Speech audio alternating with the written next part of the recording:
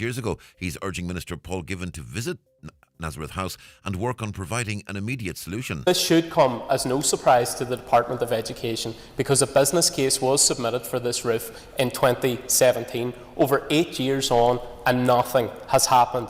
Within a mile in Derry, there is one school that's roof did collapse and another that has had to close because its roof is about to collapse. That will not be lost on the people of Derry. Ireland's economy successfully overcame the negative impacts of Brexit, COVID-19 and energy price spikes. According to the ESRI, the domestic economy could expand by just over 2% annually over the next decade. However, ESRI Director Professor Martina Lawless says the study also highlights Ireland's reliance on multinationals for employment and corporate tax revenue. And she says that's the main driver behind potential threats to the economy. One of the kind of really striking underpinnings of the Irish economy and its growth over the last 10 years has been the levels of, obviously, foreign direct investment and exports in the Irish economy. That's driven our growth for a long number of years, but that means that anything that happens in the international economy is really a very high risk, directly impacting Irish growth. And the use of restrictive practices in Irish mental health centres has fallen to its lowest level since national reporting began in 2008. Last year, there were just under 3,000 episodes of seclusion and physical restraint, a decrease of 18% from 2023. That's according to the latest Mental Health Commission report. John Farrelly, the CEO of the Commission, says secluding or restraining people should only be done as a last resort. When someone is very, very, very unwell, they can unfortunately be a risk to themselves. At times like that, they may be secluded or restrained in law. So I can imagine someone looking at the numbers might think it's a lot, but actually internationally, I think we have to accept that Ireland has improved, and the 50% reduction, the movement to the human rights, the movement to the person-centred approach is really driving the figures down. Dry for most people today with plenty of sunny spells and partly cloudy skies. Some isolated showers along Atlantic coasts. Highs of 6 to 8 degrees Celsius. Light to moderate southerly winds. Stronger near coastal areas. And that's Highland Radio News. We're back with news again at 10 o'clock.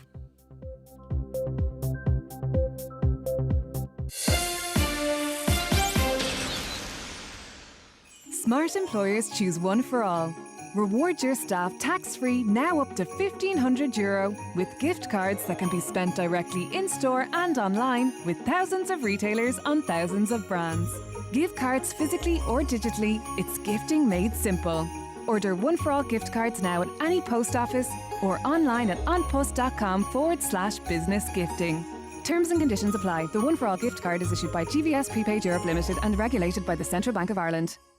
And now, it's time for the talk of the Northwest, the 9 to Noon Show, with Greg Hughes on Highland Radio. Hello and a very good morning. You're very welcome along to the 9 to Noon Show for this Friday. It's the 12th of December 2025. We're just at 5 minutes past 9 and we're all set for a bumper 3 hours of conversation and features and your views.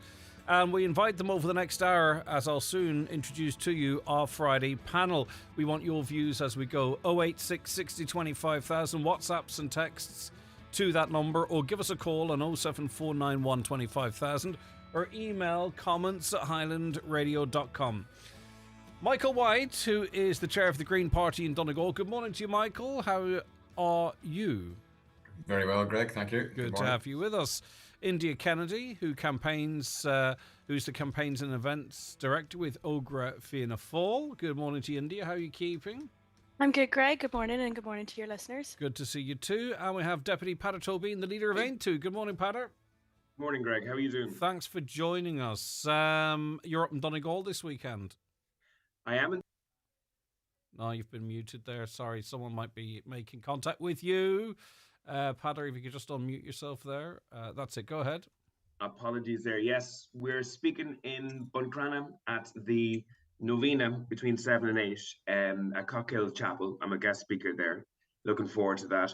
And then we're having a meet and greet between 8 and 9:30 in St. Mary's Hall, I understand, beside the church there in Cockhill and Buncrana. So we're basically speaking about our projects across the country, but also the work that we're doing in Donegal in terms of defective concrete, in terms of infrastructure, in terms of housing, etc. So we're looking forward to that event.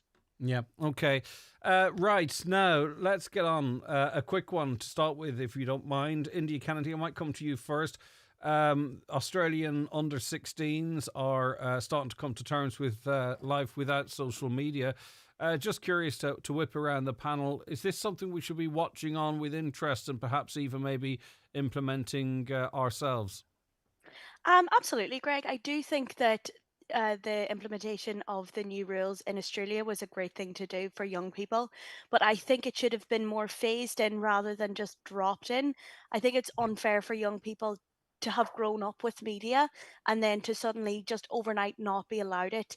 I think for the safety of young people online, um, these allocations are so important, but I think that it needs, if it's brought into Ireland, we definitely need to look at a different model to ensure that it's phased in rather than dropped in, because it can be quite damaging for young people. On such a big issue, though, is it not best to just rip off the plaster? Not particularly, no. It is a massive issue, and there is so many issues with protection of minors online. But when you grow up with something like the media, I know that probably sounds silly because they are young people, but the media is so prevalent in people's lives now. Everybody's on social media. Everybody relies so heavily on the media and on online applications.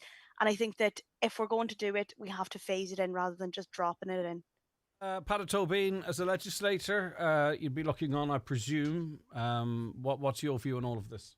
Yeah, so I think the Australians have taken the right step, and not a minute too soon, to be honest. We know that social media and smartphone consumption for young children is really, really dangerous. You know, children are losing the ability to communicate with each other, and children are, becoming more isolated because of the time they're spending online. Children are being bullied 24 hours a day. When they have a phone in their bedroom at 2 or 3 o'clock in the morning, they're being bullied in terms of content being sent to them and in terms of stuff being said on social media. And then, we have this really serious problem where children are consuming hardcore violent pornography at a very, very young age. And that's leading to sexual violence and gender-based violence as well. So, this is, something that we've been calling for the last number of years. We actually brought about a bill to ban smartphones for children under the age of 12. And we brought about a bill to stop the provision of hardcore pornographic material to children as well. Many teachers that I'm speaking to at the moment are telling me that children are significantly suffering as a result of this. And we should give children back their childhood. So they should be able to enjoy. Will you be progressing proposals for an outright social media ban for under 16s, or at a different age, or what? Yeah, we're looking to first of all to proceed with a bill in relation to that. I'm just thinking back on a number of cases in the past where it's been very obvious where social media has been central to the difficulties that children are experiencing. Last year, 105,000 children were referred to TUSLA, the highest figure in the history of the state.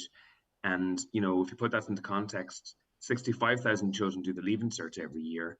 So way more children are now being referred to TUSLA on an annual basis than ever before.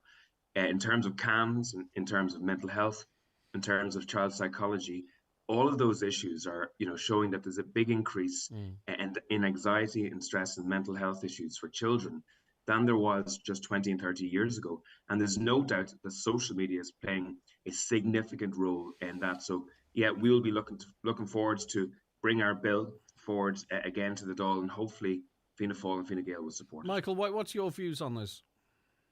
I'm not sure, Greg. I guess I don't know the details of how it's being implemented. So it's literally just like the kids woke up and the apps have gone from their phones, zero access, and we can talk about workarounds and VPNs and all that kind of stuff. But they have, to use that phrase you used earlier, ripped the plaster off. They woke up, and if the apps were on their phones, they've been deleted, and they are actually also putting pressure on the social media companies if they do use a VPN. To sort of say, well, where's the phone registered? Where's this child registered? Are you sure they're in the United States or wherever they might be? So they're trying to cut off all access to social media for under 16s, and they're familiar with the workarounds. I respect what India's saying, and I might get it. My question would be, do the kids still have access to, say, internet search? Can they still use email? Can they use other aspects? So my question is, it's an interesting experiment which everybody will look at. There seems to be a consensus that it's bad. Now, it's definitely no question it's bad if children can access or are being exposed to imagery and pornography. That's absolutely 100% bad, but that could still happen anyway, I guess, if they got access to web browsers. So I think there's a bigger problem there about how that content's produced in the first place, how it's released, and how it's controlled. But I think it appears to be a good idea. But it'll be interesting to see. I mean, parents would still want their kids to be able to contact them via phone. Having Google Maps isn't a bad thing. So their technology is not bad per se. But it will be interesting to see how this rolls out. Well, talking of the potential workaround, and I can find that information out. Obviously, we're having the conversation now about age verification. We've seen that introduced into Britain. That would obviously limit many of the options that you've just talked of. So, A, would you be in favour of a social media ban for under 16s or under 14s? And B, should that be at the time coupled with age verification? Because in one website, very popular adult website, I'll put it like that, just given the time of the morning, there was a 70% reduction in people accessing the content of that. So would you be more inclined to be in favour of this move if it included age verification? I think so. I mean, all of us need to have clarity on the shared objectives. I mean, my objective would be to remove that kind of material, make it inaccessible, not have it produced in the first place. Most people would agree with that.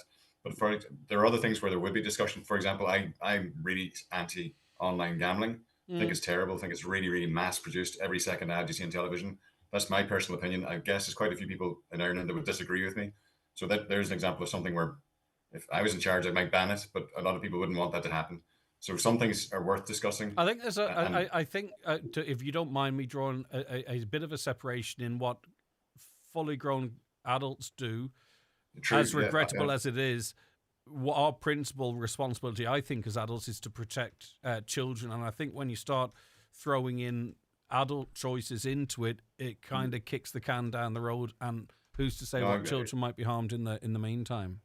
I agree with that. So absolutely, if the objective is to protect children, 100%. So I think the ban may be a great idea. What I'm asking is the ban in itself as effective as it can be, or are there other things that need to be done? And there are other things that do need to be done in addition to a ban on social media. Yeah, it'll be interesting to see. They do seem to be trying to close the loopholes, Patter.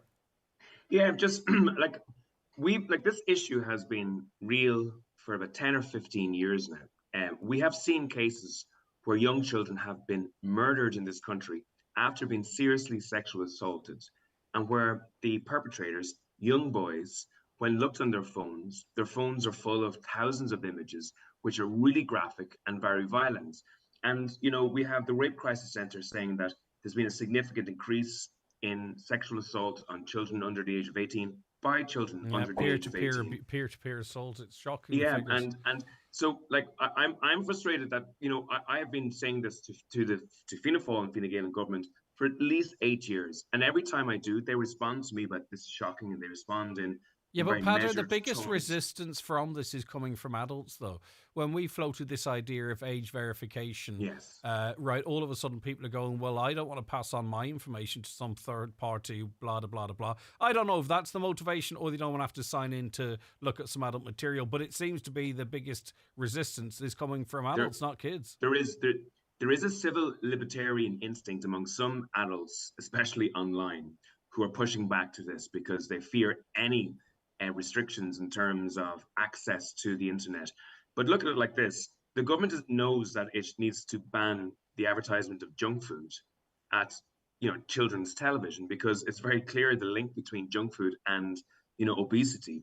And yet they still haven't joined the dots between a lot of the content that's pushed on social media. Could it be the fact that sorry to cut across you, just to move it along though, could it be the fact that our entire economy is reliant on a lot of the companies that are making the profits off of this? Because we know technically on the likes of the Xbox, PlayStation, etc., you can filter this crap out for kids. They're choosing not to. Are we not taking a stance on this because we don't want to accept our paymasters? Well, it's also, sorry for interrupting, but they've been strongly resisting any efforts. I mean, that's the reason X has removed all its content moderation. The other social media like Facebook have refused to take any responsibility for the material that's presented on their platform. So that has been a huge factor in the reason that more activity hasn't been taking place in the last 10 years. They've fought tooth and nail to avoid So the Australian thing's probably the nuclear option in response to that. Yeah, no, I get you, and I'll get another word on this before we go to the break from India. But just to finish that answer to that question, as it relates to, are we too reliant on big tech to bare our teeth? Yeah. So, like, in my view, most governments at the moment are fearful of big tech. So big tech is so powerful, it's so wealthy, it's such, a high number of jobs. It's in this country, it's so high in the tax base that we use that our governments are fiercely deferential to those big tech companies and very fearful to impinge in any way on their business models. And these are business models. These are companies that designed content for young children in the stickiest fashion to, work on the serotonin in their brain to make it as addictive as possible. And, unfortunately, we're giving children phones and, they're becoming addicted to this content. And, we have a responsibility. Like, it's the same as alcohol. Alcohol is fine for an adult in moderation, etc. But you wouldn't sell a bottle of vodka to a 14-year-old. India, you know what I mean? Yeah, India. Are you still of the view that it would any changes would need to be faced? And also, do you think, as Michael White pointed out, you need to close the loopholes, i.e., access to over 18s adult material, and that's done through age verification? Would you be up for that? I think a lot of it is, I'm not going to blame the parents here, but I think, Greg, that a lot of it is to do with the parents. Like, the parents have a job to moderate it as much as they can. Like, there is parental controls that you can put on your phones, and you can put on iPads, and you can put on laptops. But then you buy an Xbox and you buy Grand Theft Auto, which is an 18-year verification for a 12-year-old. They're seeing this graphic content everywhere they look, and it's up to the parents to try and moderate that as much as possible. Yeah. But again, as you said, it's very difficult because the media and the internet is just a wild west of things that you can access at your fingertips. I think children can sort of I'm not saying it's right, but I think children can differentiate between playing Grand Theft Auto and how you treat people in the real world. They're not going to go down Letterkenny Main Street running people over. But when you have a situation whereby adult material is portrayed as to how a functional sexual relationship is supposed to go on, and we know that's absolutely crazy, some of the crap that's on it. One of the biggest searches in Ireland, which makes me puke, is stepsister, right? Now, that's adults, that's freaky. But this company released this information. It's one of the top 3. That we don't need kids looking at that crap, do we? Absolutely not. No, definitely not. And it's taken away their childhoods. It's taken away the way that they view a healthy relationship and a healthy relationship with a partner. And I think more controls, definitely heavier controls, need to be put forward for that to protect our children. All right. Listen, thank you for that. We'll be back after the break. The 9 till Noon Show with McGee's Chemist, Main Street, Letterkenny, offering a great range of digital cameras and binoculars for Christmas. McGee's, the photographic experts, where the best costs less. Burglars are now doing their Christmas shopping, and guess what? They might just be calling with you. Install a wire-free burglar alarm from Sheridan Security Systems before December 31st and get 6 months round-the-clock monitoring free. Contact us today on 912-6025 for a free quotation. Have a peaceful Christmas with Sheridan Security.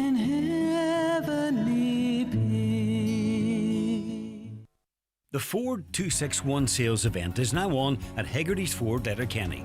Discover incredible savings across Ford's electrified range, including the new Ford Puma Gen-E, the iconic Ford Capri, and the fantastic new Ford Explorer. All with a free home charger and a free 5-year service plan. And available now with 0% finance. Call into Hegarty's Ford, Kilmacrennan Road, Letterkenny. For full details, see hegartys.com. At Londis, we wish our customers in Donegal a very happy Christmas. We know what locals want because we are local like you, even as local as Lough Swilly on a beautiful crisp winter's day. Happy Christmas from Londis. Hegarty's Home Interiors Buncrana, the biggest direct importer of sofas, beds, mattresses and flooring in the Northwest. Best in stock deals on selected sofas and corner sofas. Best in stock deals on gas lift beds. Best in stock on mattresses. Best in stock deals on laminate flooring, semi-solid flooring and carpets. Full fitting service on carpets and wood flooring. With a free delivery service throughout the Northwest, including all of Northern Ireland. Hegarty's Home Interiors Buncrana. Always lower prices. TFI Local Link operates evening and weekend services throughout rural Ireland to help you stay connected 7 days a week. We know life doesn't just happen 9 to 5, so if you're commuting, shopping, visiting family, or going out in the evenings or on the weekends, let TFI Local Link take you there. Visit transportforireland.ie. Make Christmas shopping easy at Irwin Expert Electrical. Explore LG TVs from compact design to big screen and find all your top tech and home gifts in one place. Samsung, Apple, Shark, Dyson, Ninja and more. Trusted brands, great value and expert service. Christmas made easy at Irwin's Expert in Letterkenny and Buncrana. Highland Radio Time Checks brought to you by EirGrid, the operator and developer of Ireland's electricity grid. EirGrid, powering up communities, powering up Ireland. The time is... Now, the time is 9:22. It's St. Oran's School Hall where you're going, isn't it, Patter? That's right. It's St. Oran's School Hall in Cockhill and Buncrana on Sunday night. So I'm looking forward I did thrust that on you right at the top of the show, so we'll clarify that again before we're finished. For sure. Michael White, given that Ireland is a visa waiver program country, how do you feel we can reconcile the US plans to demand 5 years of social media history from prospective tourists with their principles of free speech? And what is the Irish government's strategy for protecting our private data and ease of travel under this new digital scrutiny if it does come to pass? Yeah, this is a cause for concern. I guess most people would be. One of the guys I was reading online was saying, if you'd heard China was introducing a rule where they wanted to scan 5 years of your social media and they wanted your email addresses and they wanted details about your relatives, dates of birth and stuff, you'd be freaked out. The fact that this is being introduced by America is a big cause for concern. I think there's a 60-day review process, but I don't know if anybody outside of America gets to input into that process. So it kind of, this announcement this week is kind of on top of, that security strategy that was launched last Friday, which kind of says it's 10 times more negative about Europe than it is about Russia. And so it's a cause for concern. Barry Andrews, the NEP, he says it's outrageous. The suggested changes that not even authoritarian states around the world would have introduced these requirements for visa waiver travel. So that is a concern. What do you think the motivation is? Do you think it is to sort of protect the United States, or is it in a way to try and deter people from speaking negatively about the United States or Israel or any of its partners for that matter? Well, this is the concern. People will start to self-censor. I mean, people will start going through their social media and removing anything they've written over the last few years. That's the effect will be a negative effect in terms of people not feeling free to speak freely, in case it'll affect their possibility of going on holiday to the US. I mean, stepping back a wee bit, it's important to remember all of us have most of us have huge family connections with the US. It's a lovely, I love the place. New York City is one of my favorite places, but the atmosphere has changed with this new administration this year. And we're only 12 months into this administration and the changes are pretty drastic. I mean, what was announced last week in that strategy is really anti-European. It's kind of shocking. The moves regarding Ukraine, potentially the Europe being left on its Todd to face Russia. There's a lot of stuff happening this year. So the visa thing is on top of the other things that are happening. One wonders, is this is just announced this week, is this all is planned for these for things that affect travel, or will there be more and more? Potentially it's going to get harder for those of us lucky enough to be born in Europe in the last 30, 40 years. Travel between countries has been really easy, and it got easier and easier. That we got into the visa waiver program in the 1990s. Now it's going to get more and more difficult, and people won't be able to travel from country to country as easily as they could, which is, in my view, a bad thing. Yeah, and separate to it but tied in, this Make Europe Great Again, where Donald Trump is looking to pull 4 European countries out of the EU, Italy amongst them. I think Poland's in there as well. It's bizarre stuff. India. It's not bizarre. I mean, sorry for interrupting, but the chief dissent spokesperson in the European Union was saying that while Trump has been describing European leaders as weak, etc., etc., the guy, I think he's called Kubilius, his point is that the reason they're at this is because they actually view Europe and a successful united European Union as a threat so that what they are trying to best, I mean, they're explicitly trying to break up the European Union. They've explicitly said they're going to support guys like Farage, like Bardella in France, like AfD in Germany. They've said they're going to support these extreme parties in order to drive disintegration and break up the European Union. It's a mad thing. Yeah, India, as far as I'm aware, I don't really have anything to hide on my social media.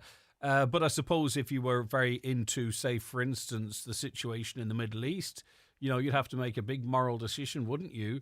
Do I keep that stuff on my social media because it's something I truly believe in, or do I purge it because I want to go in and do a bit of winter shopping in New York? It's a funny old situation we find ourselves in 25. Absolutely. I mean, like, freedom of expression and privacy aren't luxuries. They're cornerstones of Irish and EU values. And I think the fact that they are now at jeopardy is a serious, serious concern that we as Irish citizens and we as European citizens need to look into more to protect our own freedom of expression. I think, like, diplomacy especially should be used to push back on intrusive demands like this, because we all have the right to express our feelings. We all have the right to express our feelings, especially on Trump. And I do think that this is a direct order from him to make himself look better. I think it's so unfair. People have the right to have views on Palestine, have views on Trump's administration, and they shouldn't be blocked from going to America to see family, to see the country itself, just because their views differ from his views.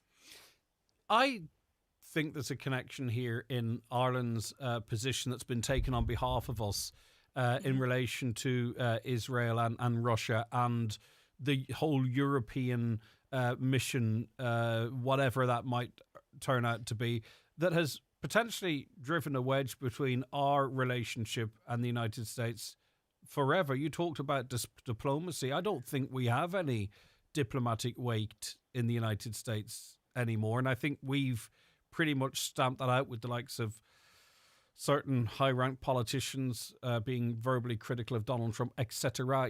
We seem to be losing that unique position that arguably we had, not just with the United States, but with many countries around the world. How do you feel as a younger person, you being carried along on this journey by the government? Absolutely, Greg. No, I understand what you're saying there. I do think, though, it's important because we have so many Irish in America and we have so many Irish across the EU that we have to take a stronger stance on it and we have to take a stronger position on it to protect our own people. I agree in a certain sense that we're probably not as strong as we once were, but we also are a big exporter. We're a big player in roles with EU and American delegations and American trade. And I think we need to take a strong stance on this, have our feelings be made. And I think that's so important. Like, as a young person, I have my own views. I'm entitled to express my views. That's the joy of freedom of expression. And I shouldn't be blocked from going to travel America just because. But what do you do then views... in real terms? So say, for instance, you do have a view on say you want to go to America in March. I don't know what's on your social media. Are you going to check it out? Would you delete it? Are you now subconsciously going to be careful if you plan on going to America in the next while? Are you subconsciously going to be wondering what you post? And is that really the aim of all of this? Unfortunately, Greg, I'd say you would have to now be a bit more aware of what you post. I've always been aware of what I post on social media, what I like, what I share, what I engage with, because in the digital age, everything's watched, everything's noticed, everything's seen. But I think that it's unfortunate that we have to restrict our views on certain issues that we're passionate about, like Palestine, like the government in America, just because it might block us from traveling. So you're going to have to be careful with what you post. We are going to have to. So and I think it is it's working. The biggest breach. It's the biggest breach of freedom of expression, freedom of travel, right to move. And I think more needs to be done to try and block this, because the attack on Europe is coming through certain channels, and it's coming through X, for an example. X, the biggest platform, news platform in the world, is at proper odds with the EU, and will be critical in trying to break up Europe if that's what Trump wants. Pater Tobin? Yeah, some people might be a little bit frustrated listening to the debate there for the last couple of minutes, because the European Union has not been a bastion of free speech over the last while. So right across Europe, pro-Palestinian marchers are being broken up, they're being raided, and they're being jailed because of their views towards Palestine. That's the first thing. Secondly, in Britain, for example, there's numerous examples of individuals standing distances from abortion clinics, privately, silently praying and being arrested. And actually, in Europe, people are being put into jail for what they have put onto Twitter in the recent number of years. Fianna Fáil and Fine Gael introduced the hate speech bill, which again was a censorship bill just recently, and had to reverse from it because of the backlash in society. So both America and Europe, unfortunately, have gone down a route in recent times of actually restricting speech. So and it's packaged up in different ways, which is kind of interesting. It is. So we would feel that, a good democracy is the competition of ideas. People should be respectful, but people should be allowed to engage robustly with each other. And in many, many Western countries, that, engagement is being reduced. And I'm not happy. Like, it's funny because I applied for an ESTA just in the last couple of weeks myself. And the question is already there in terms of social media. I'm going to Washington in mid-January, and we aim to have a public meeting for Irish America in New York on the 24th of January. But we had to, when I applied for the ESTA, I had to answer those questions. But just interestingly enough, did you have to give your social media handles? Well, as it happened, we gave some of the information in relation to the social media. Now, this particular announcement, I understand, is a step up in strictness as to the situation today. But even just for your listeners, when I was in Sinn Féin and as a TD going to the United States, your travel to the United States was significantly restricted at the time. And indeed, when I went to airports, you would be held for a couple of hours and interviewed robustly. I would often have to ring home to the Irish embassy to even just get onto a plane. So this strictness in American travel has been there before, but it's really important that we don't kind of in Europe look down on America and say, God, aren't we so wonderful? Because Europe has lots of questions to answer itself in terms of freedom of speech. Yeah, okay, back with more from a panel after these. Fill your stocking this Christmas from all the great gift ideas at McGee's Chemist Letterkenny, sponsors of today's 9 till noon show. See mcgees.ie or like McGee's on Facebook for a chance to win some great prizes.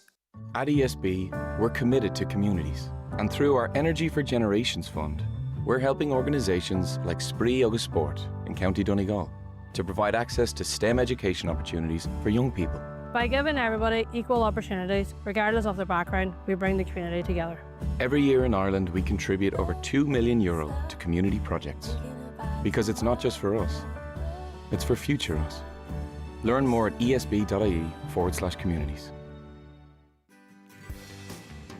Hi, my name is Kate from Ramelton. For best results, I always use bacon and Philadelphia cream cheese to get the perfect creamy texture in my signature carbonara every time. Join Kate and the thousands of other top chefs who use Philadelphia cream cheese for all your cooking needs. The best friend in everyone's fridge. You've got a friend in Philly. Wanneer nog in een boljacht daar Merline. En zo dat hakkertrom. Ga mag fischan ar vid amsa. Ik kun je mag broerm. Kede je da. Aber gegerig in een broerm. Doel aan contract zag je. Du ko bloge sé mee le fischan. Nu wordt veel gocher er bo. Nu ja wordt je gaan. Nu veel waru. Is féidir le leanaí agus daoine óga teacht ar Oregon, Bullacht, Ábhar Gársúil agus learmór contortaíile ar líne. Ní ceart ghlacha le hábhardí bhallach riamh. Má hagann tú duine thuairisciú don ardan ar a bhfuil se. Chun tuile óla se áil faoin gcaoile tuairiscí anamh, téigh commission na meán ag www.cnam.ie. Mike Denver with guests Ray Lynham, Claudia Buckley and Jack Keogh in concert at Jackson's Hotel Ballybuffet on Thursday, February 5th. Tickets on sale now at hotel reception and ticketmaster.ie. That's Mike Denver and guests in concert at Jackson's Hotel Ballybuffet on Thursday, February 5th. The perfect Christmas gift. Start the day with our mini breakfast at Sweeney's Hotel Dunlow. Only €10 at Bacchus Bakery. Then slow Sunday right down with Sunday lunch and glass restaurant from $18.50 for one course. Festive comfort, great food and winter warmth are waiting. Book now. Sweeney's Hotel 074 952 1085. O'Reilly's Sports Store is now open at Unit 4, Northern Point Business Centre, Shesh O'Neill Ballybuffet. Drop in today and get your last-minute Christmas gifts. Discover exciting brands like Ballet, Precision, Club Shops and loads more. Perfect gifts for every sports fan. Now open Sundays. Visit O'Reilly's Sports Ballybuffet. All right, we're in the company of Michael White, Chair of the Green Party in Donegal, India Kennedy, Campaigns and Events Director with Ógra Fianna Fáil, Deputy Peadar Tóibín, Leader of Aontú. Before we move on, any of you, anything to come back on that last conversation? It's just I didn't get back to everyone, or we can move forward. Michael? I think I understand what Peadar's sort of saying is that maybe what would be referred to as wokeism was restricting the views, and that's on his side of the political debate. But also in terms of Palestine as well, Michael. So right through Europe, pro-Palestinian protesters are also being inhibited in terms of speech and in terms of peaceful protest. In Britain, they're being arrested. So it's not just on that kind of woke instinct to inhibit freedom of speech, but so what I'm saying is the left and the right, unfortunately, often have a tendency to restrict other people's speech. And actually where we should be coming from is freedom of speech should be available to both left and right. I think I'm not disagreeing with that. I think the UK is a particular case. Most Irish people would be shocked by the level of constraints that are being put in place for the right to protest. Well, I mean, even they if they don't like an organisation, they prescribe it, if that's the terminology. And next thing you know, you're sitting at a council meeting in Derry, and the PSNI turn up because it was on a web stream. That's not freedom of expression. Yeah, okay, I'll stay with you, Michael. Recent figures highlighted the persistent problem of wind energy wastage, really. €1.3 million of green energy is lost every single day because the grid simply cannot accept it. At the same time, Ireland's consistently at the top of the list in terms of high electricity prices. The gap between wholesale and retail, and even the ESRI, which I thought quite bizarre, said they don't really know why electricity prices are so high. I'd direct them maybe to the electricity company's profits, and they might start to sort of get a sense of what that may be. But how do we get to the bottom of this for the consumer? Because, power prices is one of the biggest impacts on people's lives at the moment, Michael. And also, too, a lot of people have been opposed to wind farms, and yet here we see we're wasting the wind or the energy being created by them, or that could potentially be created by them. No, this one, for the layperson, it seems like there's a big drive driven by the Green Party to switch to renewable energy, and wind energy is fantastic and effectively free. And rightly, everybody's saying, if we're getting all this wind energy, why are prices not dropping? In fact, they're increasing. And it turns out the answer to that's kind of complicated. So I've had this discussion. I mean, fundamentally, it should be, we get more wind energy, our prices should drop. Everybody agrees that makes sense. But the pricing mechanism we have, first of all, Ireland is locked into a European pricing mechanism. It was set back in the days when we were all using fossil fuel energy.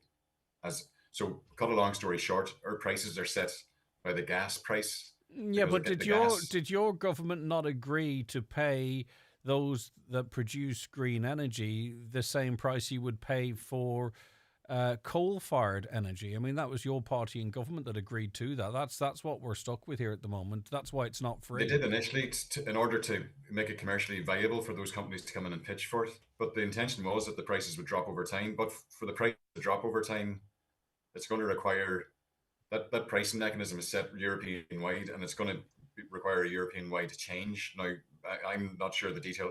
The changes have been discussed, but they haven't gone into action yet. But the people on the street are right. If we have more renewable energy, which we should have loads of in Ireland, the prices should drop. That's not going to happen with the current pricing structure, and that pricing structure needs to change. So but if you say we're tied into some sort of a European model, why are our electricity prices the highest in Europe, and reductions that we've seen in other European countries haven't came to pass here? Yeah, the answer to that, like the ESRI, I don't know. The providers are allowed not to provide sufficient information for us to be able to tell what's going on, and that's a failure of Irish government. The Irish government should insist that we get transparency into it. Like you'd have to assume we're being ripped off, and we need to see what the details are of that to understand what's going on. Pater, the ESRI, sorry. they're looking at this and they don't know. That's crazy. I find that really, really quite concerning. Pater, you first, then India. Yeah, so there's no doubt there's price gouging in this country. In terms of the differential between the wholesale price and the retail price, that differential is higher here. Well, how can you in see Ireland. that, but the ESRI sit in a Public Accounts Committee and say they don't see that? Well, it has been reported by the European Energy Association. Electric Ireland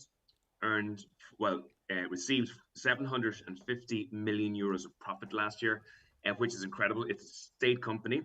It's working on government policy, and it's also profiteering in terms of this. In terms of infrastructure, and this is the big problem, Greg. This is I cannot highlight this enough. For about 15 years, Ireland was the second from the bottom in European terms in investment in infrastructure. Only Romania invested less in infrastructure than we did. And as a result, our grid is really poor, Nick. The grid is the structure that allows for the electricity to be received. Now, incredibly, there are 0 offshore wind turbines in Ireland. We've been talking as a country about offshore wind for at least 30 years. The government have held more offshore wind conferences than actually there are turbines off the coast of Ireland. And there is one current biodigester connected to the grid at the moment. The whole, But why would we have any faith in wind energy, offshore wind energy, wave energy, when the on-land stuff has had such an impact on our communities? We're pouring concrete into peat bogs, and the companies are being told to switch off, or we're having to pay them 1.3 million a day for electricity we can't use. So why would we have any faith in the benefits of offshore wind or wave energy if we can't get this right? You're right. Just a couple of points there. Sorry. Go on, Michael. There's two things here we're talking about. One is the cost of energy. The second thing is whether the grid can handle the energy. The grid's a separate thing. The grid is being built out.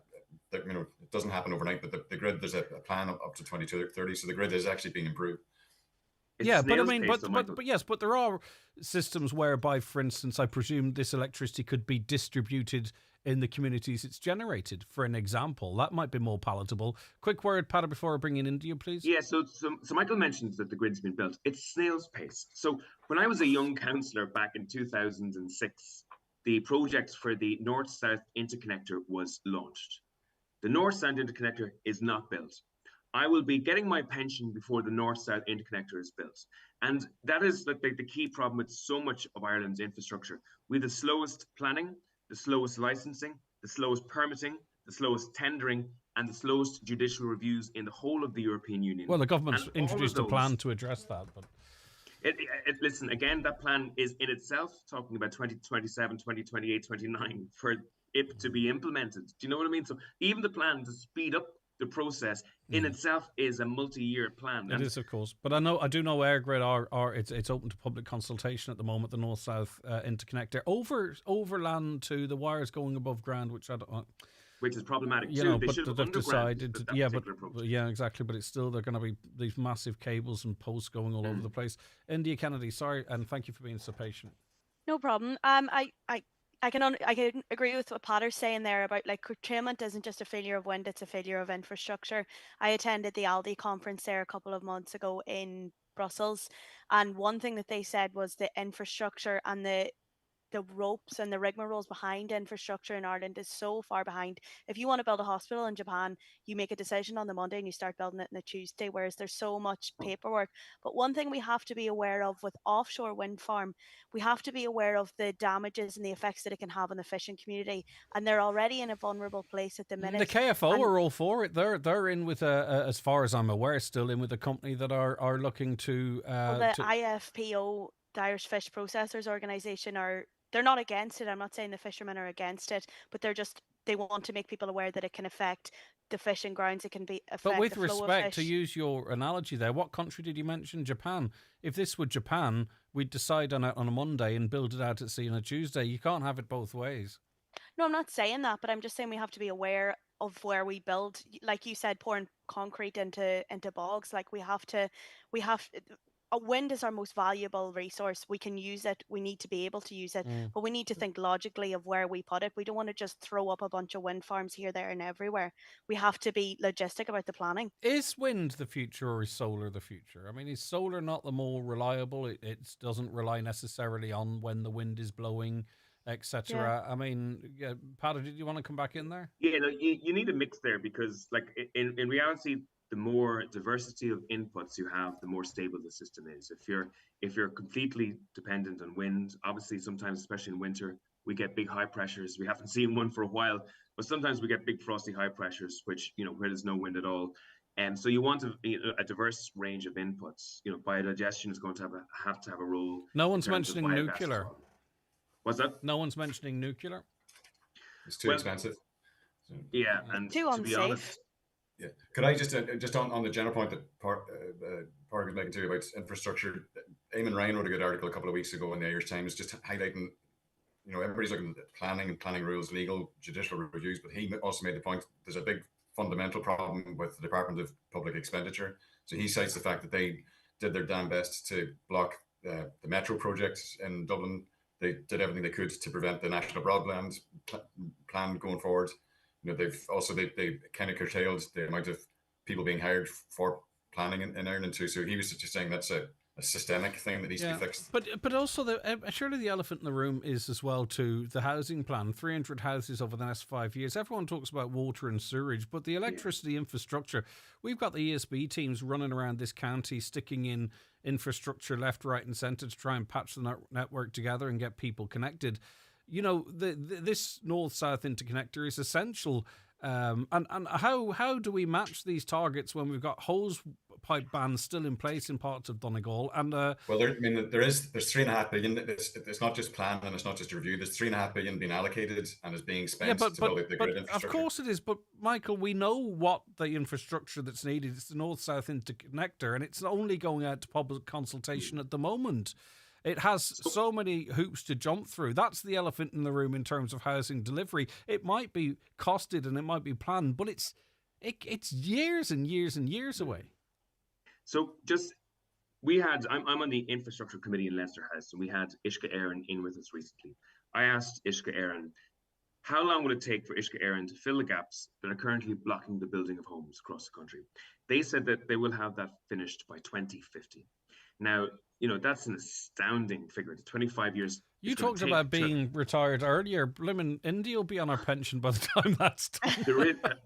And there's two things here. It's really important. Like, there has to be accountability here, because we can talk in circles about what the problems are, but the planning, tendering, licensing, permitting, and judicial review slowness in this country is a responsibility of Fianna Fáil, Fine Gael, and in part the Greens. These are the ministers who have had their hands on the levers. Yeah, hang on, I take a difference there.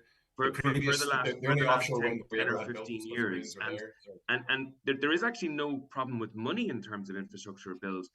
Ireland has the most bureaucratic system in the whole of the but is that not the European checks Union. and balances? Because it's all right saying we want this, that, and then, but India. But next thing you know, if you put a big electricity transmitter in your front garden, Potter, and you might be saying, "Geez, where are these planning protections?" So there's two things. So there's two things. The first thing is we need to go to the communities first to make sure that we come up with a solution that actually has the consent of the communities. The problem is we build these projects and then over about 4 or 5 years, then go to the communities and try to force it, which creates a battle that lasts for 10 or 15 years. That's the first thing. But the second thing is we do as a country need to start to cost the element of the lack of infrastructure. So the tens of thousands of young couples that haven't got a house, we never really cost that into the system. We cost the project and its effect on the immediate environment now into the system, but not the tens of thousands of people who are waiting for the infrastructure so that they can live and raise their families. Okay, well, India, are we capable of doing this ourselves? In November, we took in 10 billion in corporation tax. Apparently, that's okay to spend on long-term projects like infrastructural development. Okay, so that would build our 10T project here 5 times over, build 2 or 3 children's hospitals, even with cost overruns. The cash is there. Are we actually capable of a country to actually deliver major infrastructural development that actually is required? Because I'm starting to wonder, we've got the cash, but absolutely. where is it? Greg. Where is this stuff? I think we have the cash, we have the resources, we have the natural resources and the raw resources. We just need to make sure that it's, as I said earlier, it needs to be collectively thought through so that, like you said, there's no transmitter going up in your front garden. I think that hopefully in the next couple of years, people will realise the importance of renewable energy, of solar panels, of wind energy, and really hone in on that. The funding's there, the infrastructure's there. We just need to push forward now and make sure that it's brought through in a safe and sustainable way. I don't know. I worry about delivery, but I do take your point. We've been able to build loads of roads. Well, we are and we aren't. We're waiting for 60 years for a bypass of Ballybofey and Stranorlar. In Donegal, and that's a political issue. It's not. We can build it. If somebody down in Dublin or Cork wants to get it, they get it. And there's no fundamental reason we can't build this stuff. The metro's been talked about for generations as well. You would love that. That was the Department of Public Expenditure sticking their oar in left, right, and centre. Someone eventually has to take responsibility. There has to be political accountability here. It can't be just the department sticking in their oar. Listen, like in my home county, we've been promised a rail line since 1994. It's likely to be delivered around 2036. That's from conception to completion. It will be 42 years. Now, in the 1860s, the same rail line was built with picks and shovels in 3 years. Okay. Political accountability is missing here. All right, we'll have to move on. Do you want to remind people where you are on Sunday, Patter, just whilst we have you? Yes, indeed. So St. Oran's School Hall from 8 o'clock to 9:30, and previous to that, in the local chapel there in Cockhill in Buncrana from 7 to 8 o'clock. All right, have a good day. Michael White, pleasure as always. Have a great weekend. Look after yourself. Thanks, Greg. Thank you. Bye-bye. India Kennedy, thanks so much for joining us. Look after yourself. Thanks for having me, Greg. Bye-bye. See you soon. All right. Thanks to our panel. Thanks to you texting in great numbers. Think outside the box with your photos this Christmas for canvas prints, Instablocks, mugs and photo books at mcgee's.ie. McGee's Chemist Letterkenny, sponsors of today's 9 till noon show. The fastest and easiest way to apply or renew a passport for you or your child is online. But if you find applying online challenging, the Passport Assist service is here to help. For one-to-one support, call the Passport Assist service on 01 613 1795. Hi, Marty Morrissey here. I'm delighted to tell you that the Marty Party is returning to Calpe in Spain next year from October 1st to October 8th. Johnny Logan will be joined by fellow Eurovision winners Niamh Kavanagh, Paul Harrington and Linda Martin. Also with us will be Sean Kane, the Whistling Donkeys, Honor and the wonderful Tommy Fleming. Book now on email by contacting Deirdre at CollesterTravel.com or phone her at 085 753 9038. The Marty Party, your ideal Christmas present. If you're out doing some Christmas shopping in Letterkenny and the hunger hits, why not pull into Charlie's?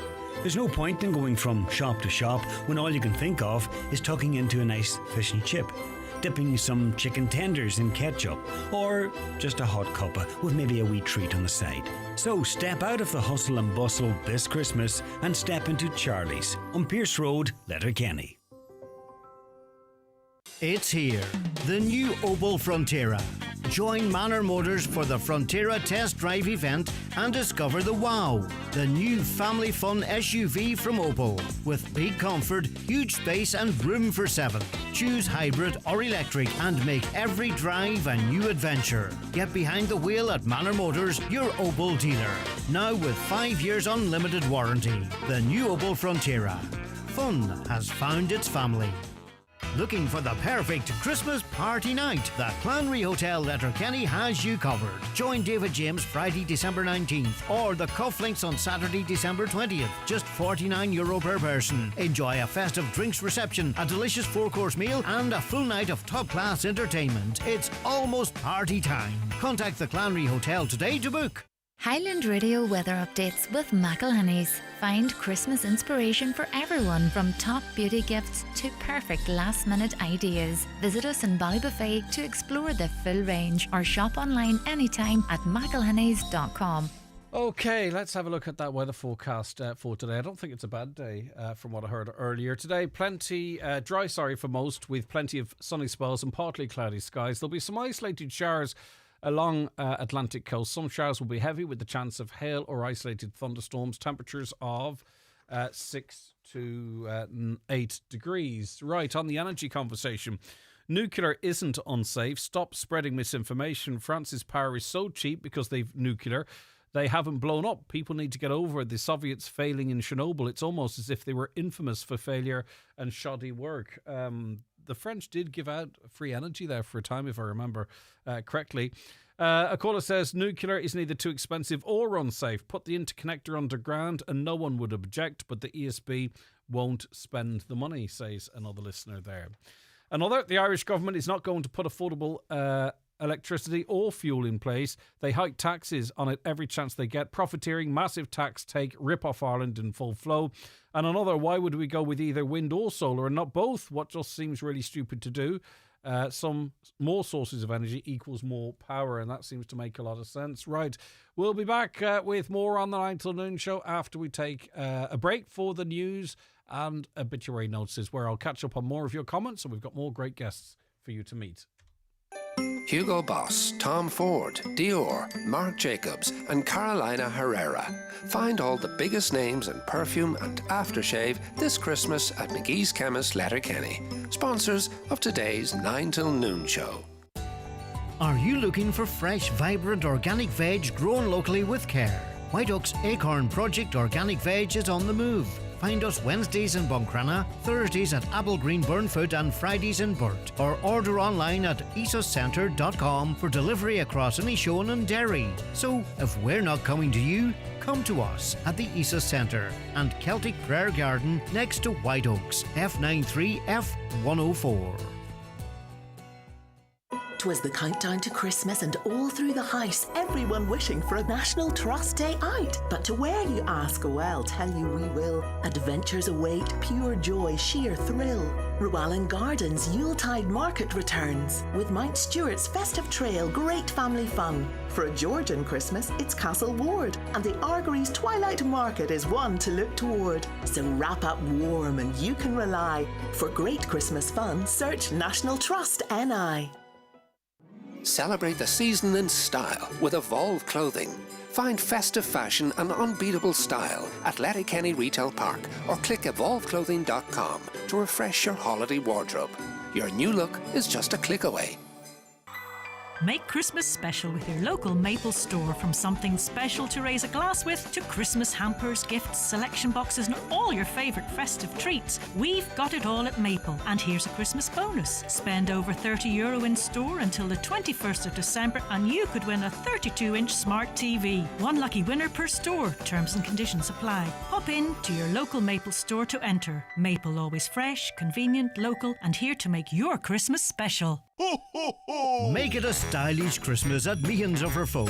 Lots of new arrivals, including men's polo shirts, quarter zips, chinos and shirts in sizes up to 5XL. Men's jeans from $39.99 and a new range of ladies' fleeces, hoodies, diesel leggings and jeans. Plus 20% off ladies' boots at Meehan's of Foe. Gift vouchers available.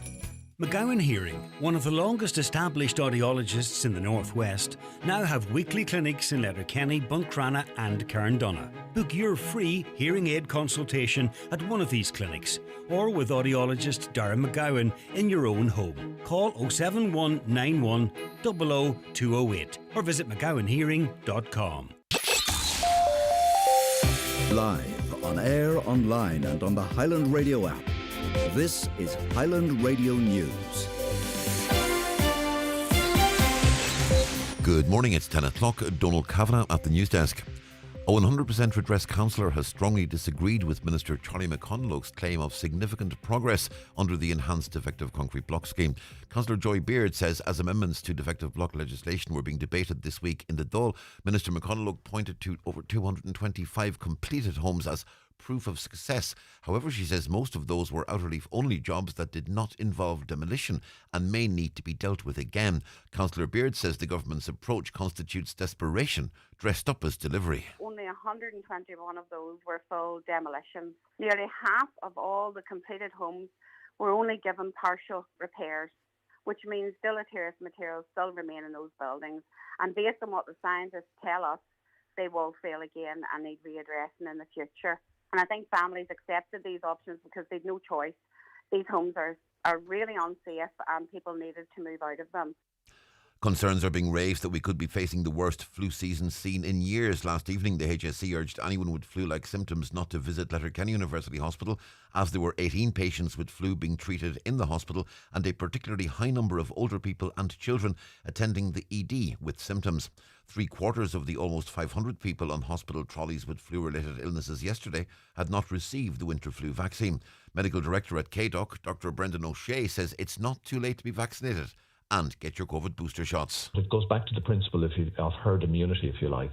And if you just make it more difficult for the virus to travel, you will reduce the level of acute viral illnesses. And as we can see, and we're looking at this from the selfish healthcare perspective, that frees up our acute hospital beds. The future of Nazareth House Primary School in Derry has again been raised in the Stormont Assembly, with Foyle MLA Pádraig Delargy saying successive DUP ministers have failed the school. It closed earlier this month because of the danger posed by structural damage to the roof, the risk of which Mr Delargy says was flagged to the department over 8 years ago. He's urging Minister Paul Givan to visit the school in Derry and work on providing an immediate solution. This should come as no surprise to the Department of Education, because a business case was submitted for this roof in 2017, over 8 years on, and nothing has happened. Within a mile in Derry, there is one school that's roof did collapse and another that has had to close because its roof is about to collapse. That will not be lost on the people of Derry. 3 homes in County Kildare and County Offaly were searched by Gardaí this morning as part of their ongoing investigation into the deaths of 4-year-old Tadhg Farrell and his grandaunt, 60-year-old Mary Holt. The two died after a fire was started at a house in the Castleview Park estate in Eden Derry on Saturday night last. Tadhg's funeral will take place at midday today. Independent Ireland Councillor for Eden Derry, Fergus MacDonald, says the whole community is still in mourning. Mary Holt's funeral will be on Saturday. Tadhg's is today at 12 noon. There was a constant flow of mourners through the Fitzgerald's funeral home last night, expressing grief, and people getting very hard to comprehend. And, when you look at a small white coffin, it just pulls at your heartstrings. It's unreal. It shouldn't be happening. Physical restraint accounted for over 70% of all reported restrictive practices in mental health centres last year. It comes as the latest Mental Health Commission report shows an almost 50% decline in the use of such practices, which involve physical restraining a person or secluding them from others. John Farrelly, the CEO of the Mental Health Commission, says Ireland is focusing on a human rights-based approach. The reduction rates that we're seeing now have been commented on by the WHO. Now, it doesn't just happen accidentally. We put in place new rules, we put in place new training, we put in place human rights training, and the idea of putting the resources in place so that you can have a therapeutic environment. We're doing well internationally, but at the same time we want to drive it down even lower. It'll be dry for most, with plenty of sunny spells and partly cloudy skies today. Some isolated showers though along Atlantic coasts. Highs of 6 to 8 degrees Celsius. Light to moderate southerly winds, stronger near coastal areas. Tonight we'll see a mix of clear spells and scattered showers becoming isolated through the night. Lowest overnight temperatures 1 to 5 degrees Celsius in moderate to fresh southwesterly winds. Rain and drizzle will spread from the Atlantic through tomorrow morning, with rain persistent during the day, turning heavy at times mainly in western areas. Afternoon highs on Saturday of 8 to 10 degrees Celsius in fresh to strong and gusty south to southwest winds. That's Highland Radio News. We're back with headlines at 11. Check all the latest news on highlandradio.com. But for now, from the news team, good morning. The opportunity notices for this Friday morning, the 12th of December. The death has taken place of Eugene O'Donnell, 1 Hampstead Court, Derry. Eugene will repose at his home from 12 noon until 8 o'clock this evening. Funeral from there tomorrow morning at 11:30, with Requiem Mass at 12 noon in Our Lady of Lourdes Church, Steelstown. Interment afterwards in the city cemetery. No flowers, please. Donations, if desired, to the Foyle Hospice. The death has occurred of James Gillespie, formerly of 3 Killay Road, Derry and London. James will repose at Bradley and McLaughlin's funeral chapel this evening from 5 o'clock to 7 o'clock and again tomorrow afternoon from 1:30 to 3:15. Removal from there tomorrow at 3:30 to Immaculate Conception Church, Killay, for funeral mass on Sunday at 12 noon, followed by interment in All Saints Cemetery, Newton Cunningham. The death has taken place of Mary McFeely, née Call, 10 McMahon Villas, Letterkenny. Mary's remains will repose at her late residence from 6 p.m. to 10 p.m. today and tomorrow. Funeral from there on Sunday morning for Requiem Mass in St Eunan's Cathedral, Letterkenny at 12 noon, followed by interment in Conwall Cemetery. The funeral mass can be viewed on churchservices.tv. The death has taken place of Anne-Marie McLaughlin, 123 St Finian's Park, Moville. Anne-Marie's remains are reposing at her home. Funeral from there on Sunday afternoon at 12:30 for Requiem Mass at 1 o'clock in St Pius X Church, Moville, followed by private cremation in Lakelands Crematorium, Cavan. The Requiem Mass can be viewed on movilleparish.com. Family time, please, from 10 p.m. to 11 a.m. and on the morning of the funeral. Family flowers only, please. Donations in lieu if desired to the Irish Heart Foundation, care of any family member or Eamon McLaughlin, funeral director. The death has occurred of Rebecca Ray Bradley, née Moran, 612 Altaderry, Killay. Rebecca's remains are reposing at her home. Funeral tomorrow morning, leaving at 10:30 to the Church of the Immaculate Conception, Killay, for Requiem Mass at 11 o'clock, followed by interment in All Saints Graveyard, Newton Cunningham. Requiem Mass can be viewed on churchservices.tv. Family time, please, from 9 p.m. tonight and on the morning of the funeral. The death has taken place of Jane McGarvey, née McDade, Ballyhearn, Kilmacrennan. Jane's remains will repose at her daughter Maureen Rodden's residence at Meadowview, Kilconnell, Kilmacrennan, today from 12 noon until 10 p.m. Rosary at 9. Funeral from there tomorrow morning, going to St Columbus Church, Kilmacrennan, for Requiem Mass at 11 o'clock, followed by burial in the family plot in the adjoining cemetery. Family time, please, before the funeral tomorrow. The funeral mass can be viewed on churchservices.tv. Family flowers only, please. Donations in lieu of flowers to the IMND Association or to the Donegal branch of MS Society of Ireland, care of Charlie McLafferty, funeral director, or any family member.